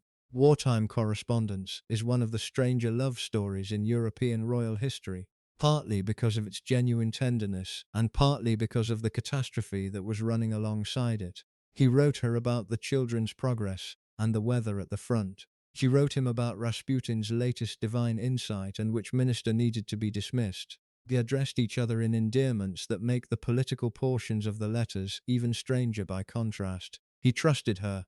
He trusted her more than he trusted any of his ministers, more than he trusted the state council, more than he trusted the army commanders. Some historians argue this was because she alone was unambiguously loyal to him. She was not angling for a promotion or protecting a department, searching for an opportunity. This is probably true. The problem was not her loyalty. The problem was her judgment. Ministers who were dismissed and replaced at her recommendation between 1915 and 1916 are sometimes called the Rasputin ministers, which is a phrase that does not quite fit, because Rasputin's actual political knowledge was thin and his actual influence was through Alexandra, rather than direct. But the ministers who were replaced at this period included Boris Sturmer, a man who was at best ineffective and at worst actively obstructive of the war effort, appointed as prime minister on Rasputin's endorsement, Alexander Protopopov, who became interior minister in October 1916 and was almost universally regarded, including by Rasputin, mentally unstable. He believed he communicated telepathically with the spirit of Rasputin after Rasputin's death. He was running the interior ministry. Members of the Duma made speeches that amounted to asking, carefully and in parliamentary language, that there was treason in the government. Prince Yusupov planned his murder of Rasputin in the sincere belief that removing the man would save the dynasty. He was wrong about that in the short term, right about the diagnosis that something was terminally wrong, entirely incapable of seeing that the problem was bigger than any single man. Alexandra, after Rasputin's murder, devastated and then hardened. She had never had many people in Russia whose company she valued. She now had one fewer. The manner of his death confirmed her view that everyone around her wanted to destroy everything she held sacred. She wrote to Nicholas in January 1917, 2 months before the revolution. The man who had saved Alexei was gone, and that God would punish those responsible. She was managing her own grief in the only language available to her. It was not wrong as private grief. As political analysis, catastrophic misreading of where things stood. The long aftermath of the Romanov dynasty's collapse, what happened to Russia, cost in human terms beyond the family in the basement, what the century of Soviet power that followed meant, is a subject that goes beyond story's frame. But a few things belong in any honest accounting. The estimate of deaths directly attributable to the Bolshevik Revolution, Civil War, and the famine of 1921 to 1922 alone runs to at least 7 to 8 million people. Political repressions under Lenin and the catastrophic state-made famine under Stalin's collectivization in the early 1930s killed another 3 to 5 million in Ukraine alone, belonged to a chapter of Russian history that followed from the revolutionary conditions Nicholas's governance helped create, even if Nicholas was not alive to see any of it, and even if a different outcome in 1917 would not automatically have produced anything better. This is not an argument that Nicholas caused the Soviet Union. History is not that simple. The argument is more modest and more true, that the specific failures of his reign created the conditions in which the most radical revolutionary movement was able to take power, and the consequences of that seizure were catastrophic on a scale that no one, including the Bolsheviks, fully anticipated in advance. Nicholas believed in Russia and in the Russian people with a genuine devotion that was in the end not enough to produce the governance that might have given Russia something more stable to build on. Belief without competence is not administration. Love of a country is not a policy. Sincerity of religious conviction is not a substitute for the ability to listen to ministers, make decisions, hold them. The man who had so much trouble taking action of any kind made, in the end, the most decisive action available to him. He made it too late. He abdicated. He gave up the throne that had oppressed him since his father's death and that he had carried, glee and unhappily, for 23 years. He did it in a railcar in Pskov at night. None of the ceremony that had accompanied everything else in his life, without even the grandeur of a public declaration. He handed two men a piece of paper and it was over. And then, as recorded, he went to sleep and woke up and took a walk and read Julius Caesar. Ever peace he made with his situation in the 15 months between the abdication and the execution. It appears to have been genuine. Diary records a man who was finding satisfactions in his constrained life that the unlimited life had not provided. The garden, children's company, the reading, the physical work of chopping wood and clearing snow. He was, by his own evidence, anxious in captivity than he had been as Tsar. This is not uncommon for people who have been released, even involuntarily, from a position they were not suited for. He was also reading history in those final months with an awareness that he was part of it, even if he did not write that awareness down. He asked Gilliard once whether history remembered the last French king before the revolution. He asked this with a calmness that Gilliard found striking Louis XVI. Nicholas knew who Louis XVI was and what had happened to Louis XVI. He was not surprised by his own situation, in the way that a genuinely naive person would have been surprised. He knew what it meant to be the last of a dynasty in a revolutionary period. He knew. He just could not act on what he knew. Had always been the problem. The house at Yekaterinburg no longer exists. Boris Yeltsin, Communist Party secretary for the Sverdlovsk region, ordered it demolished in September 1977.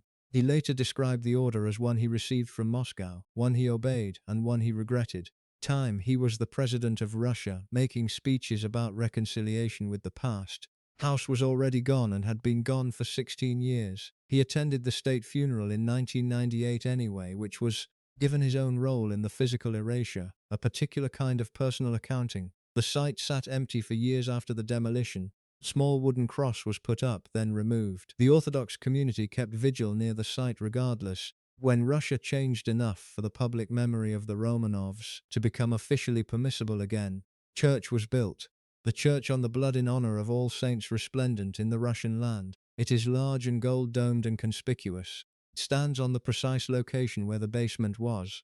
Pilgrims come from across Russia and from many other countries. Stand where the family stood. What they find there depends on what they are looking for. For some it is a place of martyrdom, a site where holy passion-bearers died for their faith. For some it is a place of tragedy. 5 children died because of decisions their father made decades before they were born.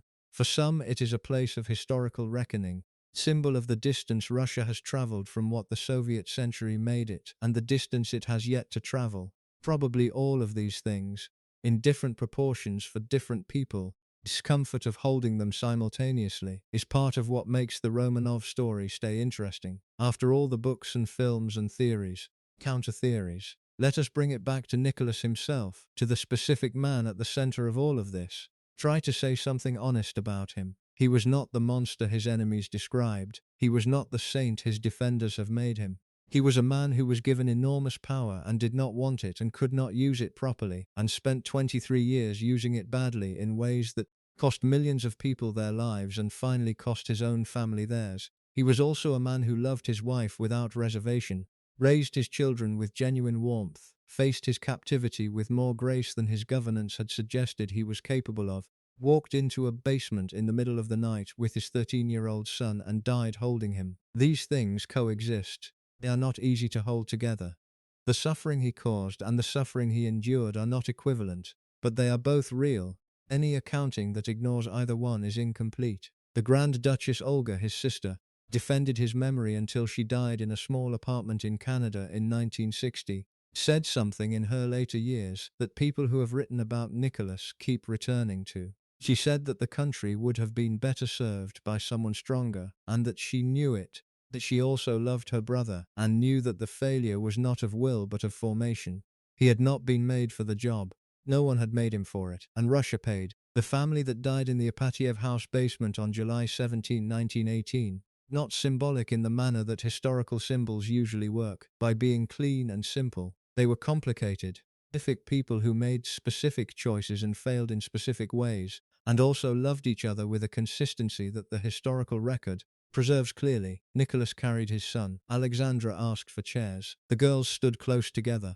Doctor asked the only honest question of the night. The servants stood against the wall and did not run. None of them ran. Ever your final judgment is of Nicholas II and his 23 years of governance, and the evidence for a harsh judgment is genuinely substantial. This is the detail that sits at the end of the story and will not be moved. When the last moment came, the family did not break apart, stood together. The man who had never been able to hold Russia together managed, in a small room in the Ural Mountains at 2 o'clock in the morning, to hold his family together. He died first. His children died after him.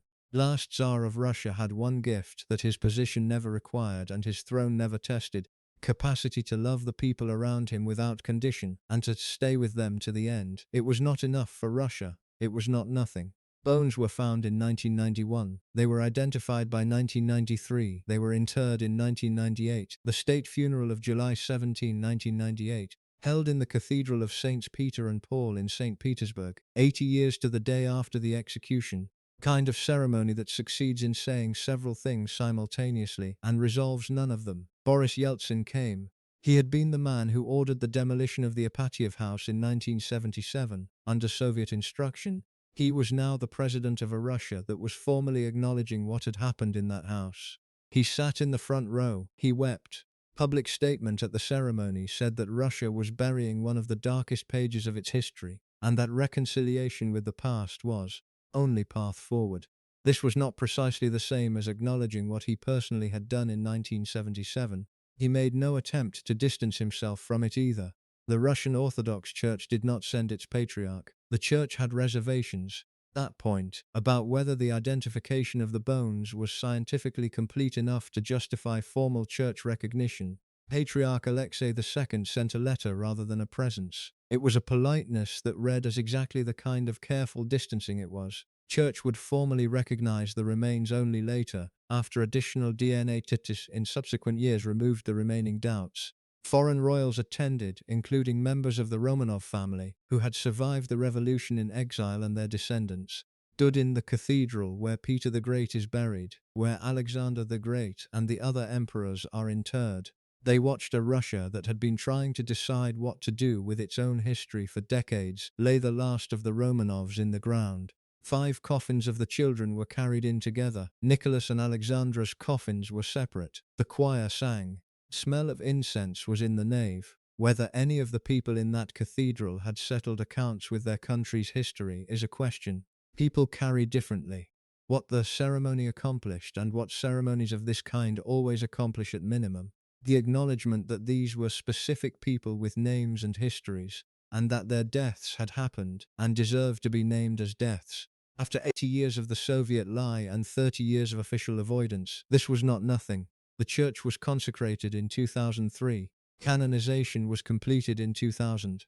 The processions still walk through Yekaterinburg every July, carrying candles and portraits of the family, Nicholas and Alexandra and their 5 children, in the flat gold style of Orthodox iconography, faces calm and frontal, the kind of images that suggest eternity rather than the specific, documented, deeply contingent lives they actually led. The family is there in the gold dome church on the site of the basement, site of the crime, the site of the martyrdom, the site of the ending, that the beginning made inevitable, and that did not have to be inevitable if any number of things had been different. History offers that particular kind of regret frequently, the clear view of what might have been, from the vantage point of what was. Nicholas II saw it himself in the end. He read Caesar in a train car on the morning after he abdicated. He asked Gilead about Louis XVI, and he walked his circles in the Ipatiev House yard, and he carried his son down the stairs at midnight. He saw it, he just saw it far too late, and everyone around him paid for it. If you have watched this far, you already know more about Nicholas II and his family than most people who will ever ask the question.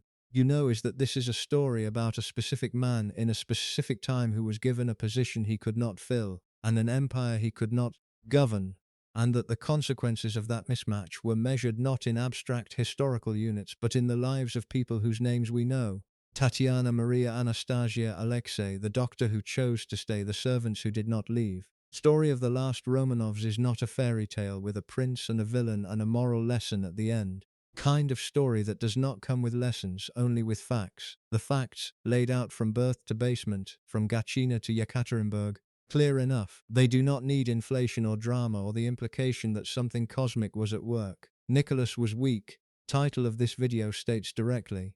He was vain in the particular way of a man who believes in a divine appointment he is manifestly not filling, and his family paid with their lives. That is not an exaggeration or a provocation. The accurate summary of what the historical record shows. The church on the blood stands in Yekaterinburg. If you visit it, and go downstairs to the level where the basement was, there is a chapel. There is an exhibition about the family's lives. Are photographs of them, the 5 children growing up, the parents together, formal portraits and the informal snapshots from the imperial yacht and the country houses and the military hospitals. They look like people, look like a family. They were. Thank you for watching. If this video was valuable to you, please subscribe and share it with someone who might find this history as compelling as you do.